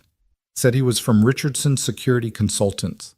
The blood drained from Olivia's face. Richardson Security was a firm she'd specifically rejected for her personal protection contract 3 years ago when she'd discovered their tendency to sell information to the highest bidder. If they were sniffing around, I need to make some calls, she said, already pulling out her phone. Is there danger? The concern in Jack's voice made her pause. I don't know, maybe. I've made enemies over the years. Hostile takeovers don't exactly win popularity contests. You should have additional security. I have you, she said without thinking, then realized how it sounded. For training, I mean. The skills you're teaching me. Skills take time to develop. You need protection now. Then protect me, she challenged. Isn't that what you do? Protect people? Jack's jaw tightened. That's not fair. Isn't it? You protected me once without knowing anything about me. Now we're... She paused, searching for the right word. Friends? Partners? Whatever we are, doesn't that mean something? It means everything, Jack said quietly. Which is why I can't be your bodyguard. It's too personal now. Personal Cloud's judgment makes you vulnerable. Or it makes you more invested in keeping me safe. Before he could respond, her phone rang. David Crenshaw's name on the screen. David, I was just about to call you. Olivia, we have a problem. Malcolm Sterling is back. The name hit her like a physical blow.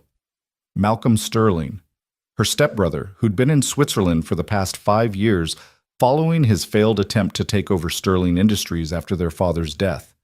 The lawsuit had been brutal, public, and had ended with Malcolm losing all claims to the company but walking away with a substantial settlement, money Olivia had paid just to make him disappear. That's impossible. The non-compete clause expired last month. He's already set up a rival firm and is actively courting your clients. Olivia, He's coming for everything you've built. She ended the call and found Jack watching her with concern. My stepbrother, she explained. He tried to steal the company once before.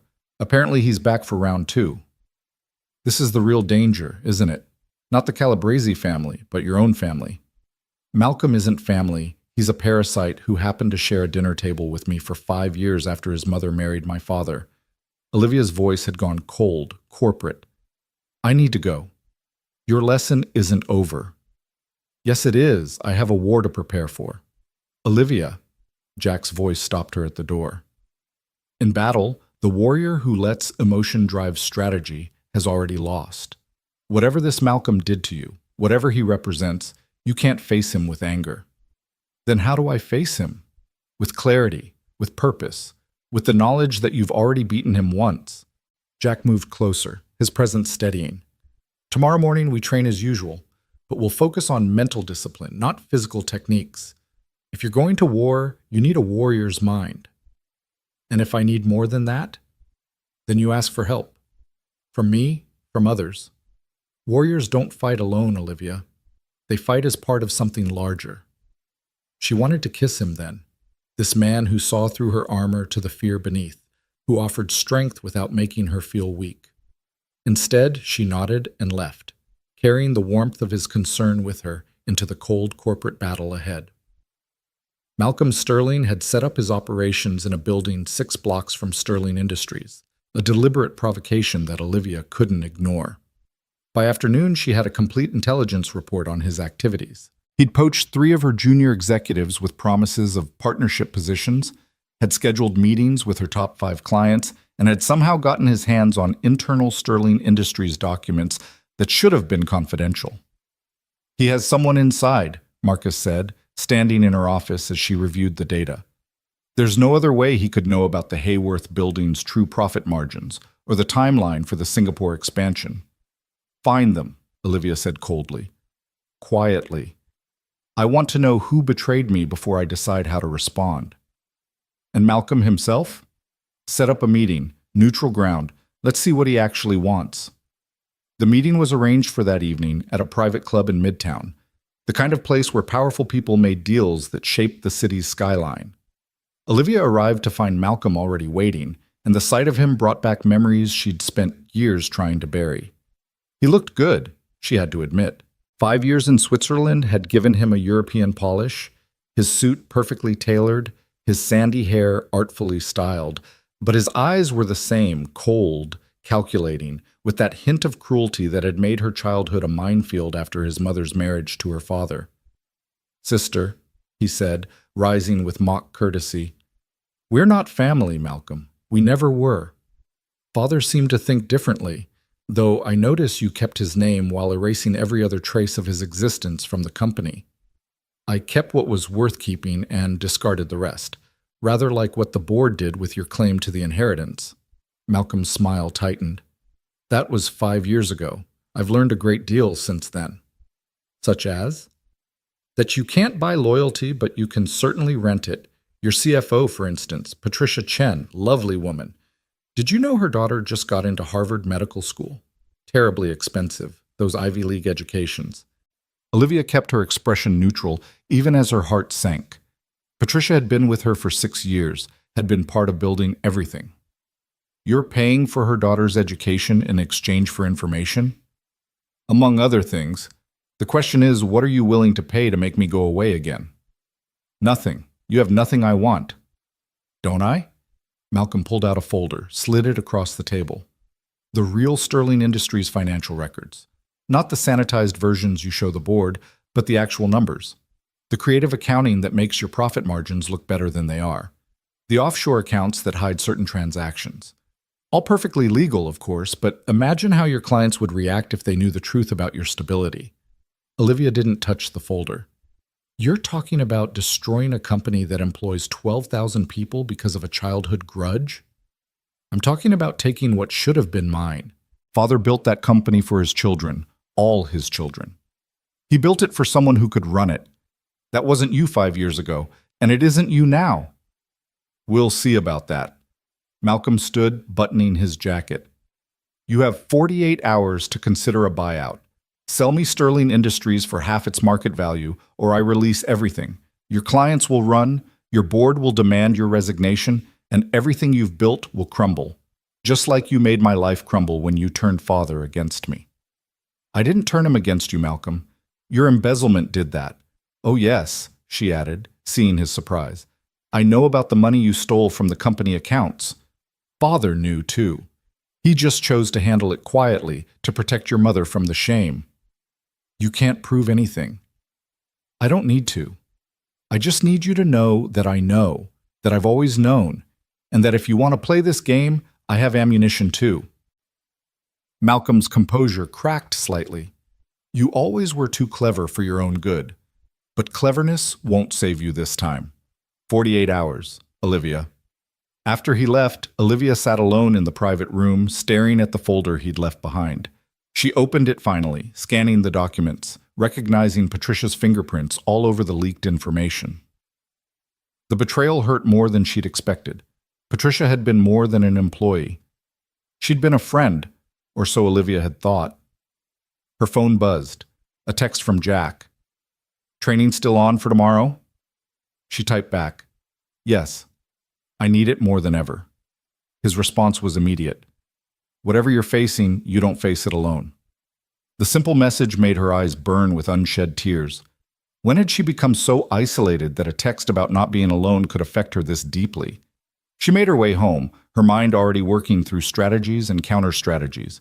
But when she arrived at her penthouse, she found an unexpected visitor waiting in the lobby, Master Yamamoto, looking impossibly small and ancient in the modern setting.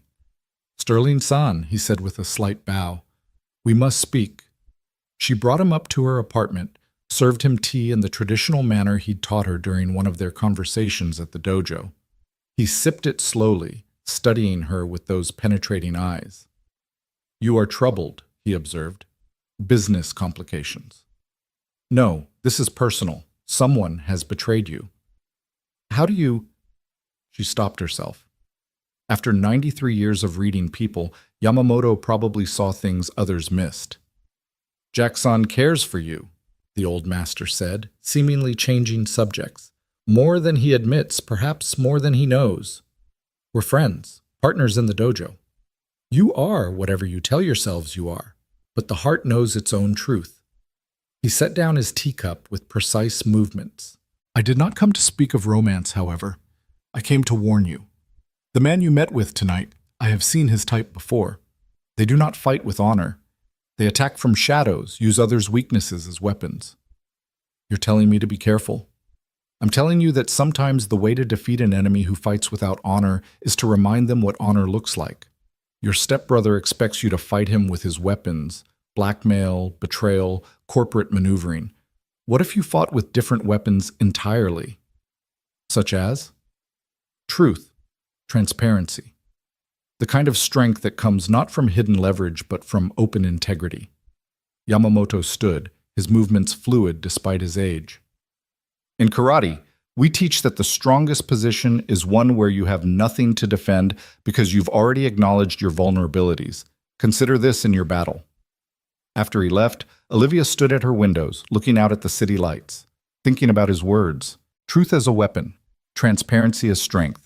It went against everything she'd learned in business, where information was power and secrets were currency. Her phone rang. Patricia Chen. Olivia. Her CFO's voice was strained. We need to talk. Yes, we do. My office tomorrow morning, 8 a.m. I can explain. I'm sure you can. 8 a.m., Patricia. She ended the call and made another, this one to David Crenshaw. David, I need you to prepare something for me. A complete financial disclosure document for Sterling Industries, everything.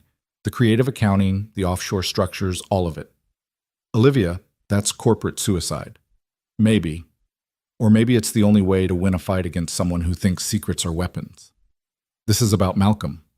This is about ending him once and for all. But first, I need to know, is there anything in our financials that's actually illegal? No, nothing illegal, aggressive perhaps, creative certainly, but legal. Then prepare the documents, full disclosure. And David, Set up a press conference for 47 hours from now. You're going to make this public? I'm going to burn down everything Malcolm thinks he can use against me. Can't blackmail someone with information they've already released. The next morning, Olivia arrived at the dojo at 5:30, needing the physical outlet before facing Patricia. She found Jack already there, but he wasn't alone. Roberto was with him, working through advanced combinations with an intensity that spoke of hours of practice. Roberto's testing for his black belt next month, Jack explained. He wanted extra training.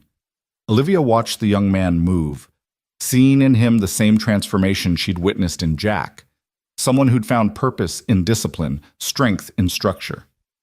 Sensei says you're learning fast, Roberto said during a water break. Says you got the warrior spirit. He's being generous, Olivia replied. No, Jack corrected. I'm being accurate. Roberto, give us the room.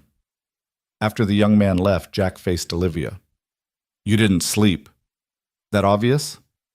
You're holding tension in your shoulders. Your stance is defensive before we've even started.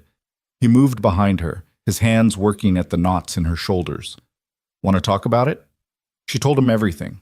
Malcolm's threats, Patricia's betrayal, her plan to go fully transparent before Malcolm could use the information against her. It's risky, Jack said when she finished. You're essentially performing surgery on yourself in public. Better than letting him do it. Or, Jack turned her to face him, his hands still on her shoulders. You could let some of us help carry this. You have allies, Olivia. Use them. This is my fight. No fight is ever just yours when you have people who care about you. The weight of his words, the implication in them, made her breath catch. Jack, I know what I said yesterday, about it being too personal, but I was wrong. It's personal that makes us fight harder, care more, refuse to give up. Emma was personal. That's why losing her almost destroyed me. But you, he paused, seeming to search for words. You're personal too, and I'm tired of pretending otherwise. What are you saying? I'm saying that when you face Malcolm, you won't face him alone. I'm saying that Patricia betrayed you, but not everyone will. I'm saying that He stopped, cupped her face in his hands. I'm saying that somewhere between that night in the alley and this morning, in this dojo, you became essential to me. Jack. He kissed her, soft at first, then deeper as she responded. It was a kiss that acknowledged all the broken places in both of them, all the scar tissue and armor, and found beauty in the damage. When they finally pulled apart, both were breathing hard. I'm not good at this, Jack said. I haven't been with anyone since Sarah died. I don't know how to be what you need. You already are, Olivia said. You're the person who sees me clearly and doesn't run. That's everything. They trained then, but it was different, charged with new awareness, with possibilities acknowledged if not fully explored. Every contact carried weight. Every correction was a caress. Every successfully executed technique was celebrated with touches that lingered. When Olivia finally left for her office, she felt centered in a way she hadn't in days. Whatever happened with Malcolm, with Patricia, with the company, she wouldn't face it alone. Patricia was already waiting when Olivia arrived, looking haggard, older than her 52 years. She stood when Olivia entered, a folder clutched in her hands. I brought everything, Patricia said without preamble. Every document I gave Malcolm, every piece of information I shared, and my resignation. Olivia sat behind her desk, studying the woman she'd trusted. Why? My daughter, medical school, but it's more than that. Patricia sank into a chair. Malcolm found out about the affair I had 3 years ago. My husband doesn't know. He threatened to tell him, to destroy my marriage along with my daughter's future. So you chose to destroy my company instead? I thought I could control it, limit the damage, give him just enough to make him go away. Patricia laughed bitterly. I should have known better. People like Malcolm don't go away. They just demand more. No, Olivia agreed. They don't go away. That's why I'm going to destroy him. The press conference David mentioned, you're really going to do it? Full disclosure? Every creative accounting method, every aggressive tax strategy, everything Malcolm thinks he can use against me. It'll cost you millions in market value. But it'll cost him everything. His entire plan depends on having information I don't want public. Take that away and he has nothing. Patricia set her resignation on the desk. I know I have no right to ask, but I'm not accepting your resignation. What? You betrayed me, yes, but you also came clean when you could have stayed silent. Malcolm probably promised you a position in his new company, but you're here instead. Olivia leaned forward. I'm going to give you a choice, Patricia. You can leave, take your resignation and never look back. Or you can stay, help me win this fight, and earn back the trust you broke. Why would you? Because I believe in second chances. I've seen what they can do.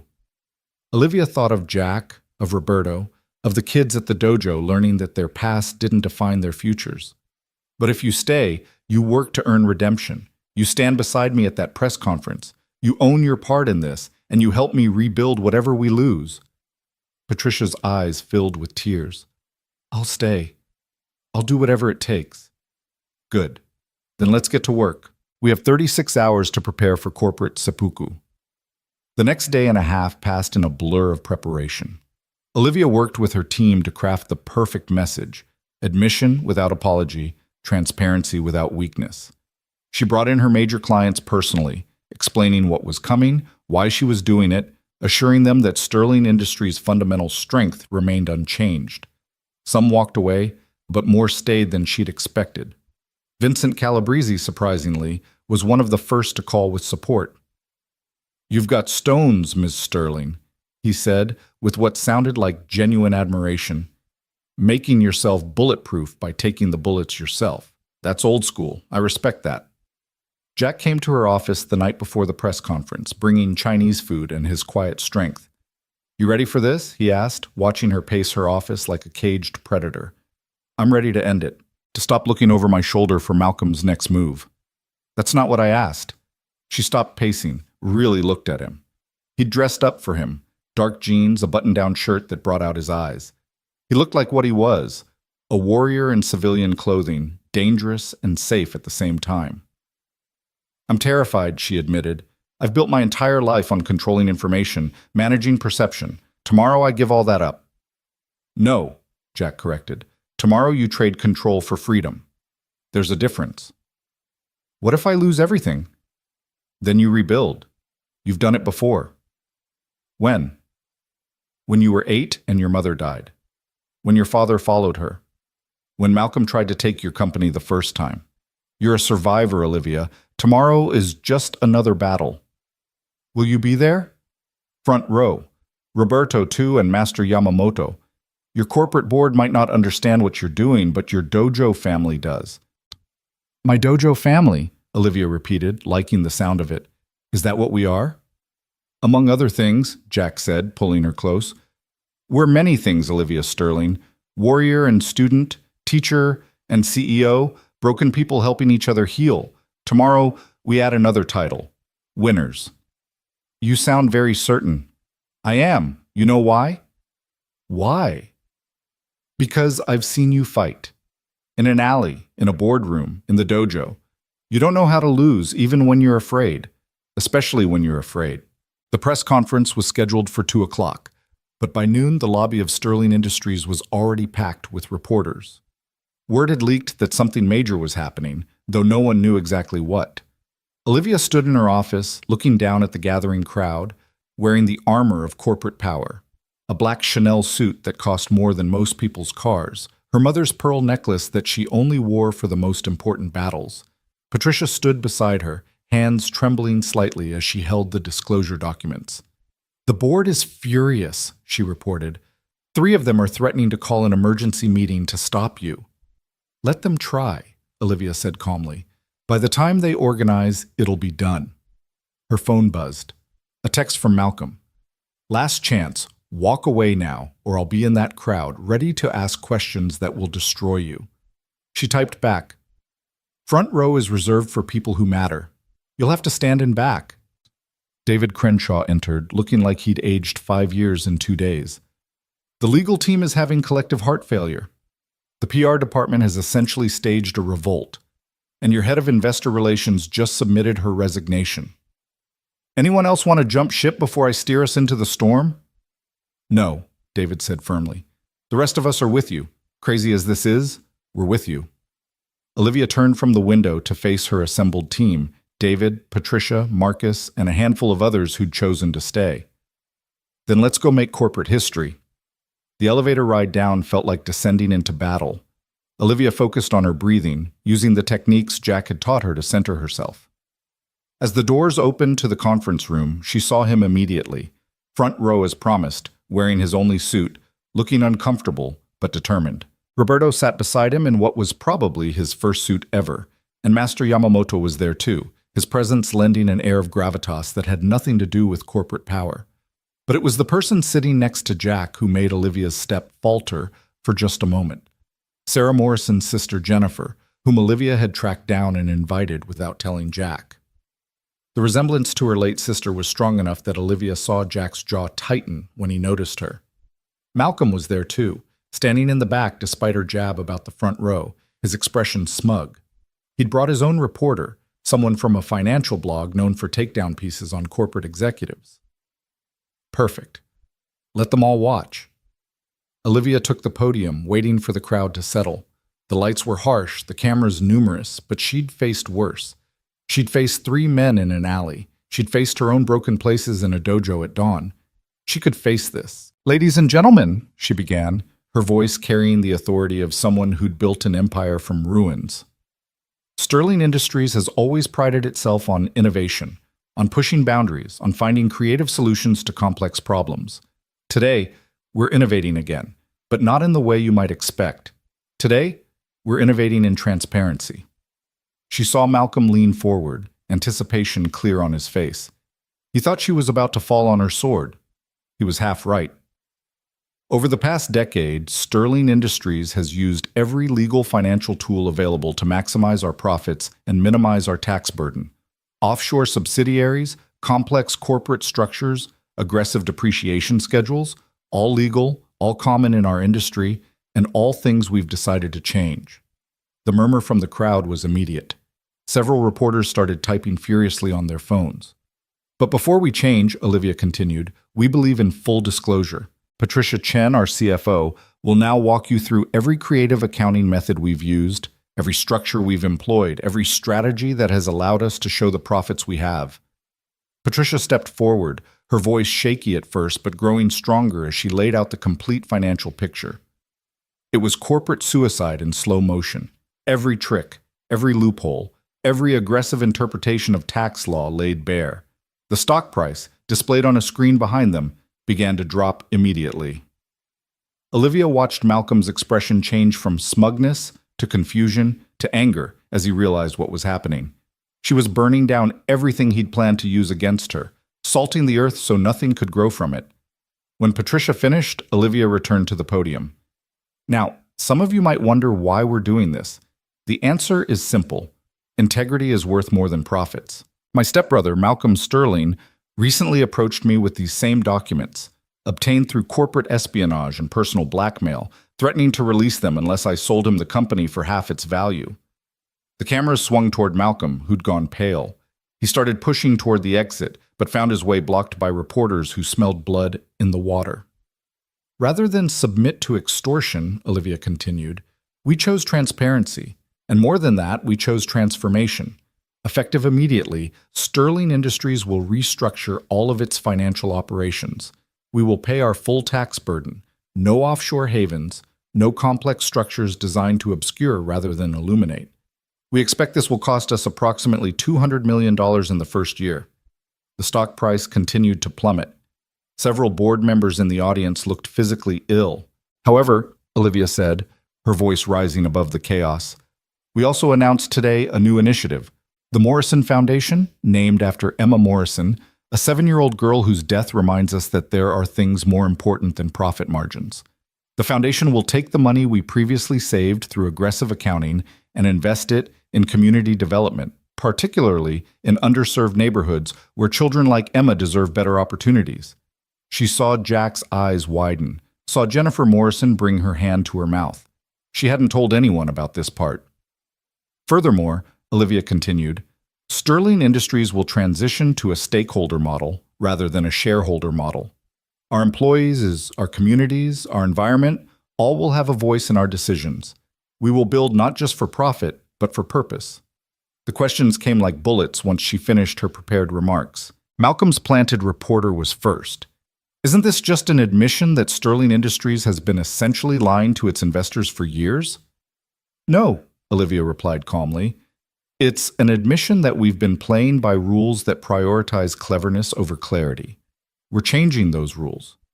What about your shareholders who are watching their value disappear?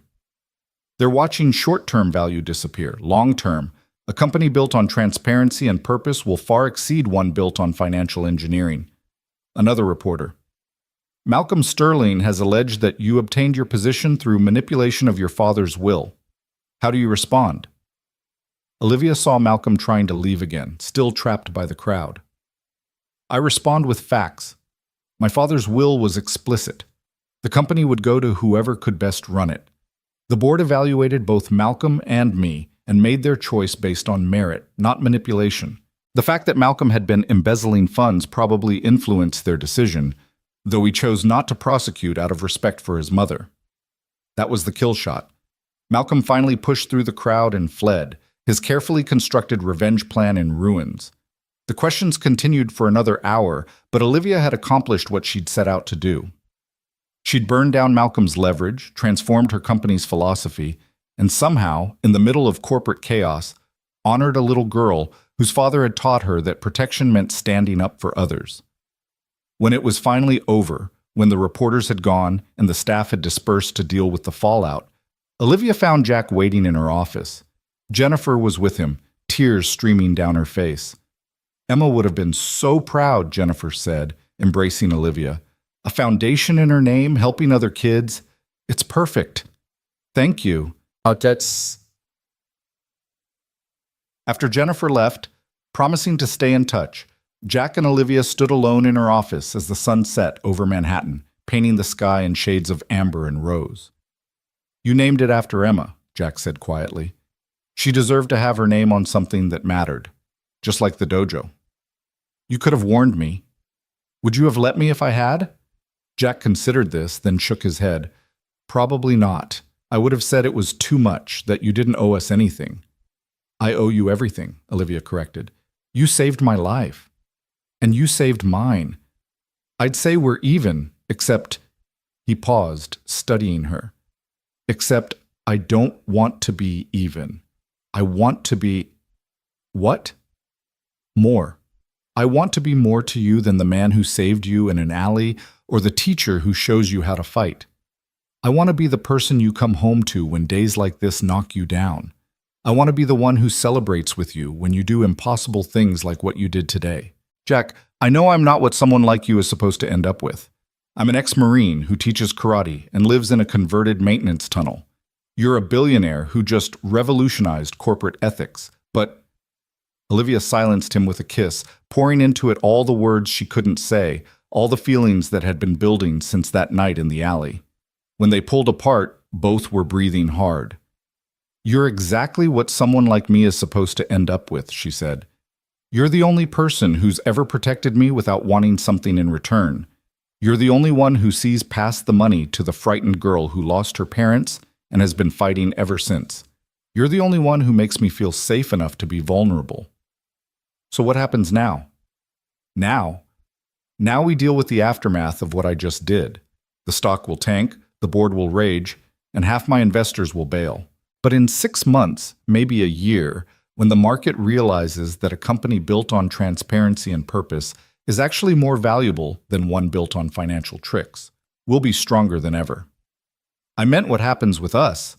Olivia smiled, the first genuine smile she'd felt all day. With us? We continue training. You keep teaching me to fight, and I keep teaching you to trust that good things can happen to good people. We have dinner sometimes, maybe breakfast if dinner goes well. We figure out how to be two broken people who make each other whole. That sounds complicated. Everything worth doing is complicated. Jack pulled her close, and they stood there as the city lights began to flicker on, two warriors who'd found peace in each other's arms. Outside, the financial world was probably having a meltdown about Sterling Industries' radical transparency. Malcolm was probably somewhere plotting his next move, though he'd find precious little ammunition left. The board was definitely planning an emergency meeting, but in that moment, in that office high above Manhattan, none of that mattered. What mattered was the way Jack's arms felt around her, strong and safe.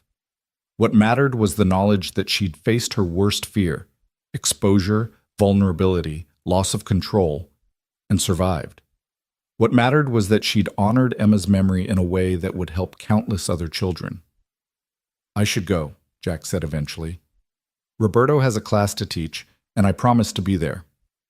"The kids come first," Olivia agreed. "Always." "Come with me." "To the dojo. I'm not exactly dressed for training." "Not to train, to be part of something. The kids have heard about you, the lady who brought their sensei back. They want to meet you." Olivia looked down at her Chanel suit, at her Louboutin heels, at all the armor of corporate power. Then she looked at Jack, wearing his ill-fitting suit with more dignity than most men wore custom tailoring. "Give me 10 minutes to change," she said. The dojo was packed when they arrived, kids and adults filling the space with an energy that made the corporate press conference seem sterile by comparison. Roberto was leading warm-ups, his voice confident as he guided the students through stretches. When he saw Jack and Olivia enter, his face lit up. "Sensei! Miss Sterling! Everyone, our sensei is here!" The students turned, bowing in unison, and Olivia found herself bowing back, the gesture feeling more natural than any corporate handshake. Jack changed into his G and took over the class, but not before introducing Olivia to the students. "This is Ms. Sterling," he said. "She's the reason we have this dojo, the reason we can train together. But more than that, she's a student herself, learning just like all of you that strength isn't about being invincible.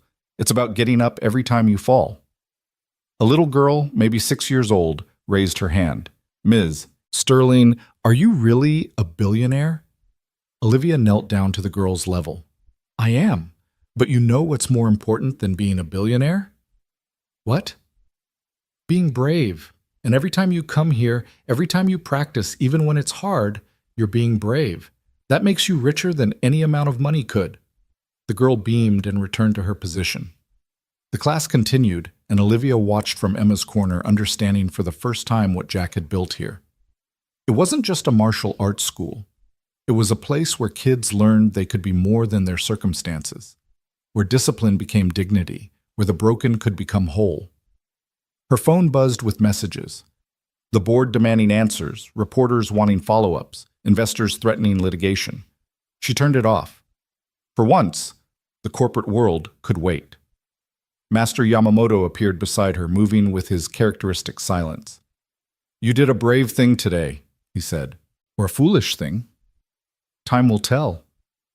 Bravery and foolishness often look the same in the moment. It is only in retrospect that we know which was which. He paused, watching Jack demonstrate a combination to the advanced students. "He is different now. Lighter. He's healing. You both are. Together."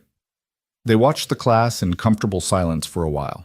Then Yamamoto said, "There is an old Japanese proverb, 'Fall down 7 times, stand up 8.' But it does not mention that sometimes when we fall, someone helps us stand. That help does not diminish our strength. It multiplies it." "Is that your way of blessing whatever is happening between Jack and me?" "My blessing is irrelevant, but Emma's would not be." The old master pulled out a worn envelope from his GE. "Jack asked me to keep this for him. He said he couldn't bear to read it. It is the last thing Emma wrote, the day before she died. Perhaps now he is ready." Olivia took the envelope, her hands trembling slightly. "I can't give this to him. It's too personal." "Everything real is personal, Sterling-san. That is what makes it matter." The class ended, the students dispersing with the kind of exhausted satisfaction that came from hard work. Roberto stayed behind to clean the dojo, and Jack joined Olivia in Emma's corner, still in his G, sweat making him look more alive than she'd ever seen him. "Master Yamamoto gave me something," Olivia said, holding out the envelope. "He said you asked him to keep it." Jack went very still, recognizing his daughter's handwriting on the envelope. "For Daddy," written in purple crayon. "I couldn't," he said. "After she died, I couldn't bear to read it." "You don't have to now." "No, I do. I've been running from her memory. hiding in grief. But you were right. She wouldn't want that. He opened the envelope with careful fingers, as if it might dissolve at rough treatment. Inside was a drawing, stick figures representing Jack and Emma, standing in the dojo, both wearing black belts even though Emma had only made it to purple. Above them, she'd drawn a rainbow, and underneath in her careful printing, "Daddy is the strongest because he protects everyone. When I grow up, I want to protect everyone too. Love, Emma. P.S. Thank you for teaching me to be brave." Jack's tears came silently, running down his face as he held his daughter's last message. Olivia wrapped her arms around him, holding him as he grieved and healed in equal measure. "She knew," he said finally. "She understood what I was trying to teach her. She understood who you are. A protector, a teacher, a father who loved her enough to show her how to be strong. I couldn't protect her from that drunk driver. No. But you protected her from thinking the world was only darkness. You gave her 7 years of light. That matters, Jack. That matters more than anything."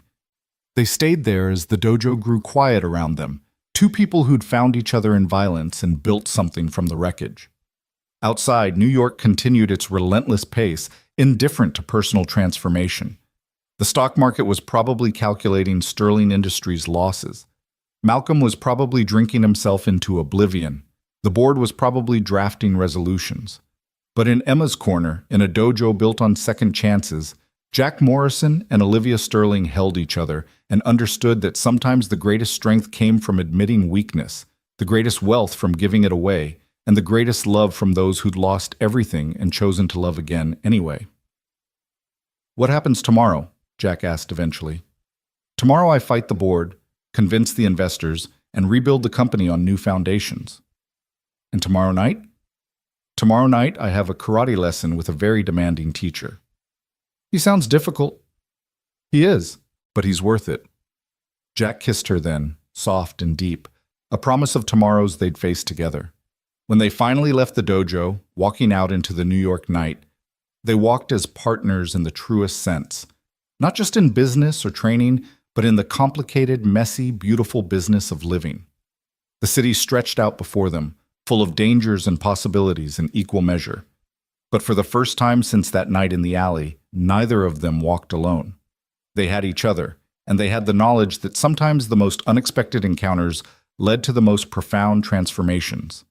In the distance, sirens wailed, the city's constant reminder that danger never slept. But danger had brought them together, and from that danger, they'd built something stronger than either could have imagined.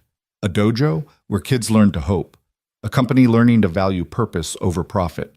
A love story between two people who'd forgotten how to trust happiness until they found it in each other. As they reached the corner where they would part, Jack heading to his small apartment that Olivia was already planning to help him leave, Olivia to her penthouse that felt less empty knowing he existed, Jack stopped. "That first night in the alley," he said, "I almost didn't intervene. I'd given up on being someone who mattered. But something made me stand up." "What?" "I think it was Emma. I think somehow she knew that saving you would save me, too." Olivia squeezed his hand.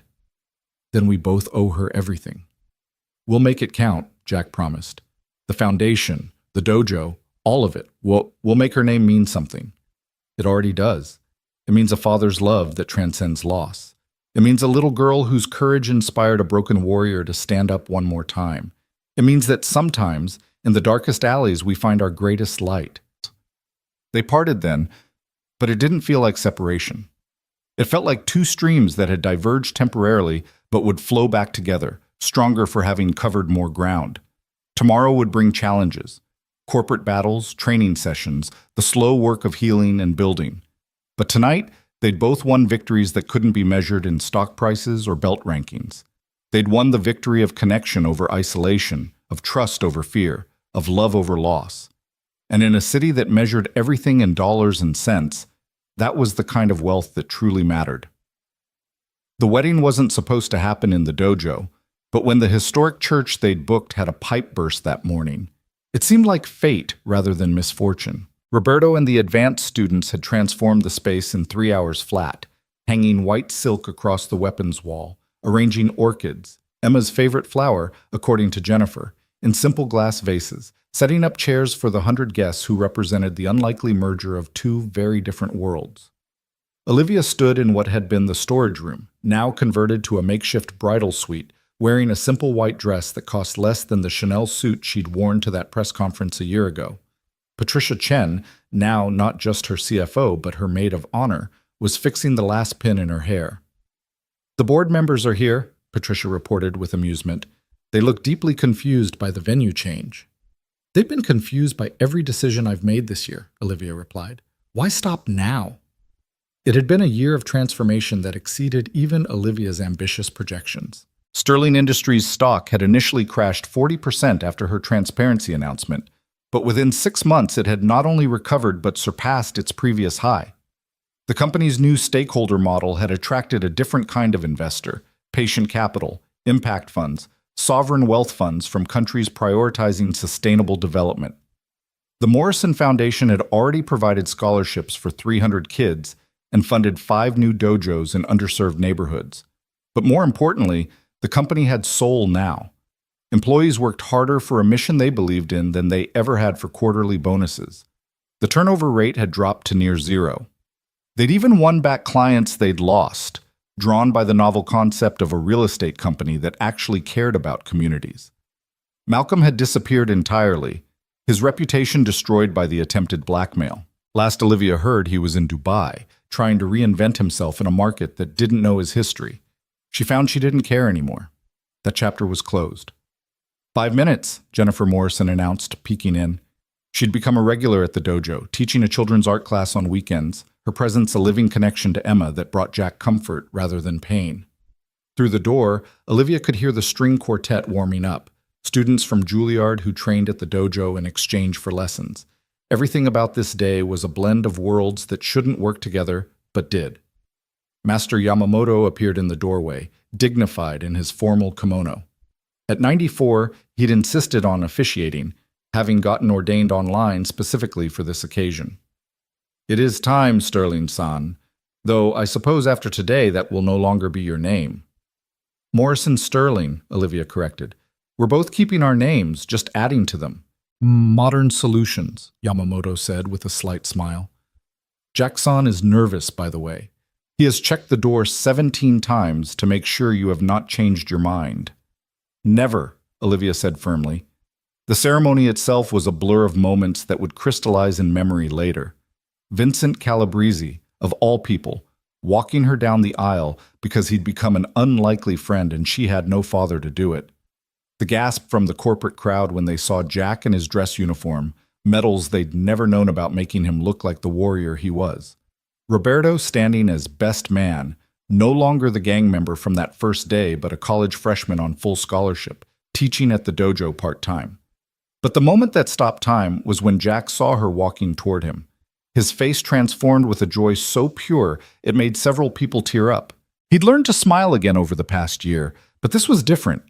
This was a man who thought happiness was behind him, discovering it was still ahead. "You came," he said when she reached him, quiet enough that only she could hear. "Did you doubt I would? Every day for the past year I've woken up afraid you'd realize you could do better. Every day for the past year I've woken up knowing I couldn't." Master Yamamoto cleared his throat. "Dearly beloved, we are gathered here in this place of discipline and growth, where warriors are forged and children learn to be strong." The vows were simple, personal, nothing like the elaborate productions Olivia had attended in her corporate life. Jack spoke about finding light in darkness, about second chances and the courage to accept happiness. Olivia talked about strength that came not from standing alone, but from choosing to stand together. When Yamamoto pronounced them married, when Jack kissed her with a tenderness that held a year of healing and hope, the dojo erupted in a mixture of applause and traditional martial arts shouts that probably violated several wedding protocol rules. The reception was held right there in the dojo, catered by the dim sum restaurant next door whose owner Jack had helped with a break-in 6 months ago. Board members in $1,000 suits sat next to kids from the neighborhood, eating pot stickers and talking about things that had nothing to do with quarterly earnings.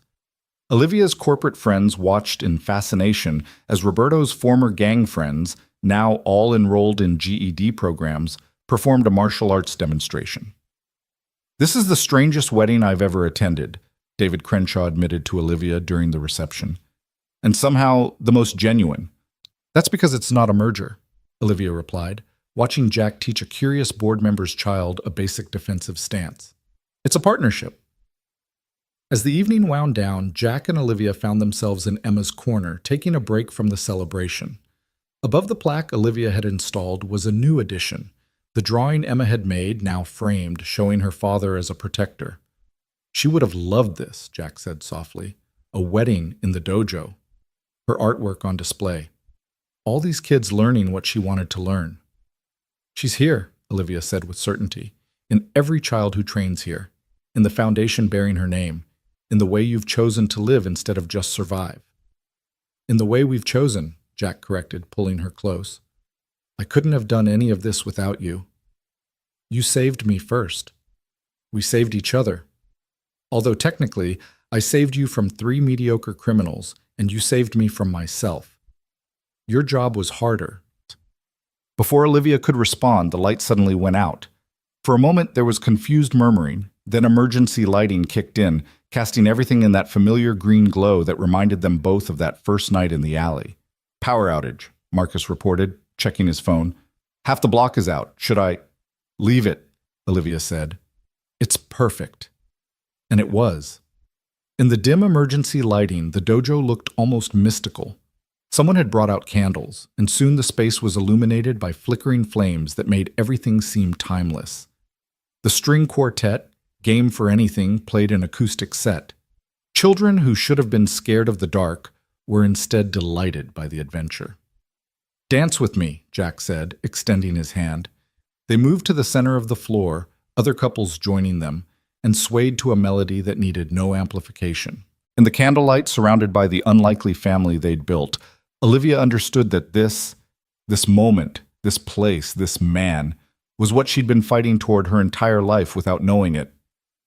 "I have a surprise for you," she whispered as they danced. "Another dojo? You've already funded 5. "Not a dojo." She took his hand, placed it on her stomach. "A student, due in about 7 months." Jack stopped dancing, his eyes widening. We're having a baby." The joy and terror that crossed his face in equal measure was exactly what she'd expected. He'd lost a child, and the prospect of having another had to be both wonderful and terrifying. "I know you're scared," she said softly. "I'm scared too. But this child will have something Emma didn't. 2 parents, a whole community, an entire dojo full of protectors." "Emma had everything she needed," Jack said firmly. "She had love, she had strength, she had 7 perfect years. This child will have different things, not better ones. Different but equal. Different but blessed." He pulled her close, and she could feel him trembling slightly. "A baby. We're having a baby." "We're having a warrior," Olivia corrected. "Boy or girl, they'll grow up in this dojo, learning that strength comes in many forms." The lights flickered back on then, revealing a room full of people who'd been perfectly content in the darkness, who'd found ways to celebrate even when the power failed. It seemed like a metaphor for everything, finding light in darkness, building joy from sorrow, creating family from strangers. Vincent Calabrese approached them, looking uncomfortable but determined. "I wanted to give you this," he said, handing Jack an envelope. "A wedding present." Inside was a deed. Thomas Whitfield's family home in the Hamptons, somehow legally transferred to the Morrison Foundation. "How did you—" Olivia started. "The Whitfield family owed me certain favors. I called them in." Vincent's expression was unreadable. That house should go to something good, something that honors the little girl who died because of their son's choices. "This is worth millions," Jack said. "Then sell it and build more dojos. Or turn it into a retreat for kids who've never seen the ocean. Do something that would make your daughter proud." Vincent turned to leave, then paused.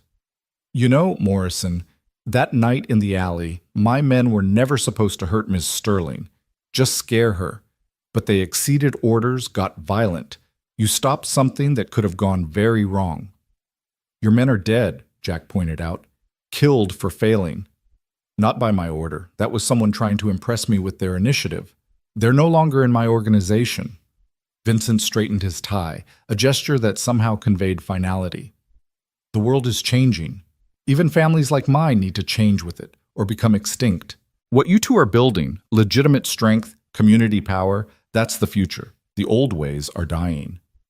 After he left, Jack and Olivia stood in stunned silence for a moment. Then Jack laughed, a full, rich sound that drew everyone's attention. "What?" Olivia asked. "A year ago, I was living in a tunnel, convinced my life was over. Now I'm married to a billionaire revolutionary, running a dojo, about to be a father again, and apparently on speaking terms with organized crime families who give us property as wedding gifts. If someone had told me this story, I'd have thought they were insane." "Are you happy?" Olivia asked, the question that mattered more than any other. Jack considered this, looking around the dojo, at Roberto helping clean up, at Master Yamamoto dozing in a chair with a satisfied smile, at the children from the neighborhood playing with board members' kids, at the space where his daughter had once sat and now bore her name. "I'm not sure happy is the right word," he said finally. "I'm whole. The broken pieces are still there, they'll always be there, but they're part of something bigger now. The cracks are where the light gets in." "Leonard Cohen," Olivia recognized the reference. "Emma would approve of you quoting poetry. She would approve of all of this, especially you." As the reception finally ended, as guests departed into the New York night, Jack and Olivia remained in the dojo. They didn't have a honeymoon planned. There were classes to teach, a company to run, a pregnancy to navigate.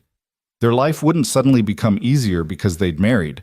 If anything, it would become more complex. But as they stood together in the space that had brought them together, that had healed them both in different ways, they knew they had something more valuable than ease. They had purpose. They had each other. They had proof that sometimes the worst moments in life were just preparation for the best ones. "Ready to go home?" Jack asked. "We are home," Olivia replied, gesturing to the dojo. "This is where we began. This is where we'll build everything else." A corporate empire run from a dojo? A life built on protecting others, teaching strength, refusing to let circumstances define limitations. The dojo is just the physical space. What we're building is bigger.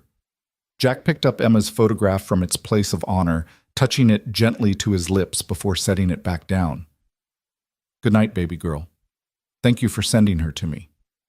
"To us," Olivia corrected. "She sent us to each other." They left the dojo hand in hand, walking through streets that had once held danger but now felt full of possibility. Behind them, the building stood quiet but not empty. It hummed with the energy of transformation, of children learning to be strong, of broken people becoming whole, of love finding a way through loss. A year ago, 3 men had attacked a billionaire in an alley, and a broken warrior had stood up one last time. That moment of violence had become a catalyst for redemption, proof that sometimes we find our salvation in the most unexpected places through the most unlikely people. The city moved around them, eternal and indifferent, but they had carved out their own space within it, a place where strength meant more than money, where protecting others was the highest calling, where a little girl's memory could inspire hundreds of other children to be brave. As they reached their apartment, Jack had finally agreed to move in with her, though he insisted on keeping his training space in the tunnel as a reminder. Olivia felt the baby move for the first time, a flutter so slight she might have imagined it. "What?" Jack asked, seeing her expression. "Our child just said hello." Jack placed his hand on her stomach, his touch gentle but protective. "Hello, little warrior. Your daddy's going to teach you to be strong, and your mama's going to teach you to be smart. And together, we'll teach you that the best fights are the ones that protect others." "And Emma will be your guardian angel," Olivia added softly.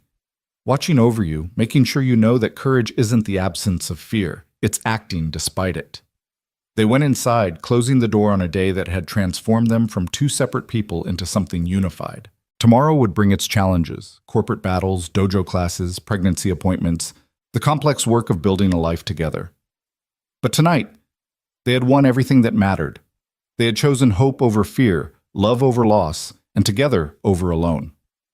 In a world that often rewarded isolation and cynicism, they had found strength in vulnerability and wealth in generosity.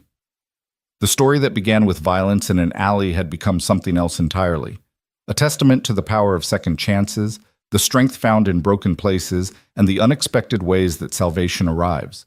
Sometimes it comes in the form of a homeless warrior who remembers how to fight. Sometimes it's a billionaire who learns that true wealth has nothing to do with money. And sometimes it's a little girl's memory that reminds us all that love transcends loss, that courage can be taught, and that even in the darkest alleys, heroes still stand ready to protect those who cannot protect themselves. Outside, New York continued its restless existence, unaware that in one small corner of its vast expanse, a revolution had taken place.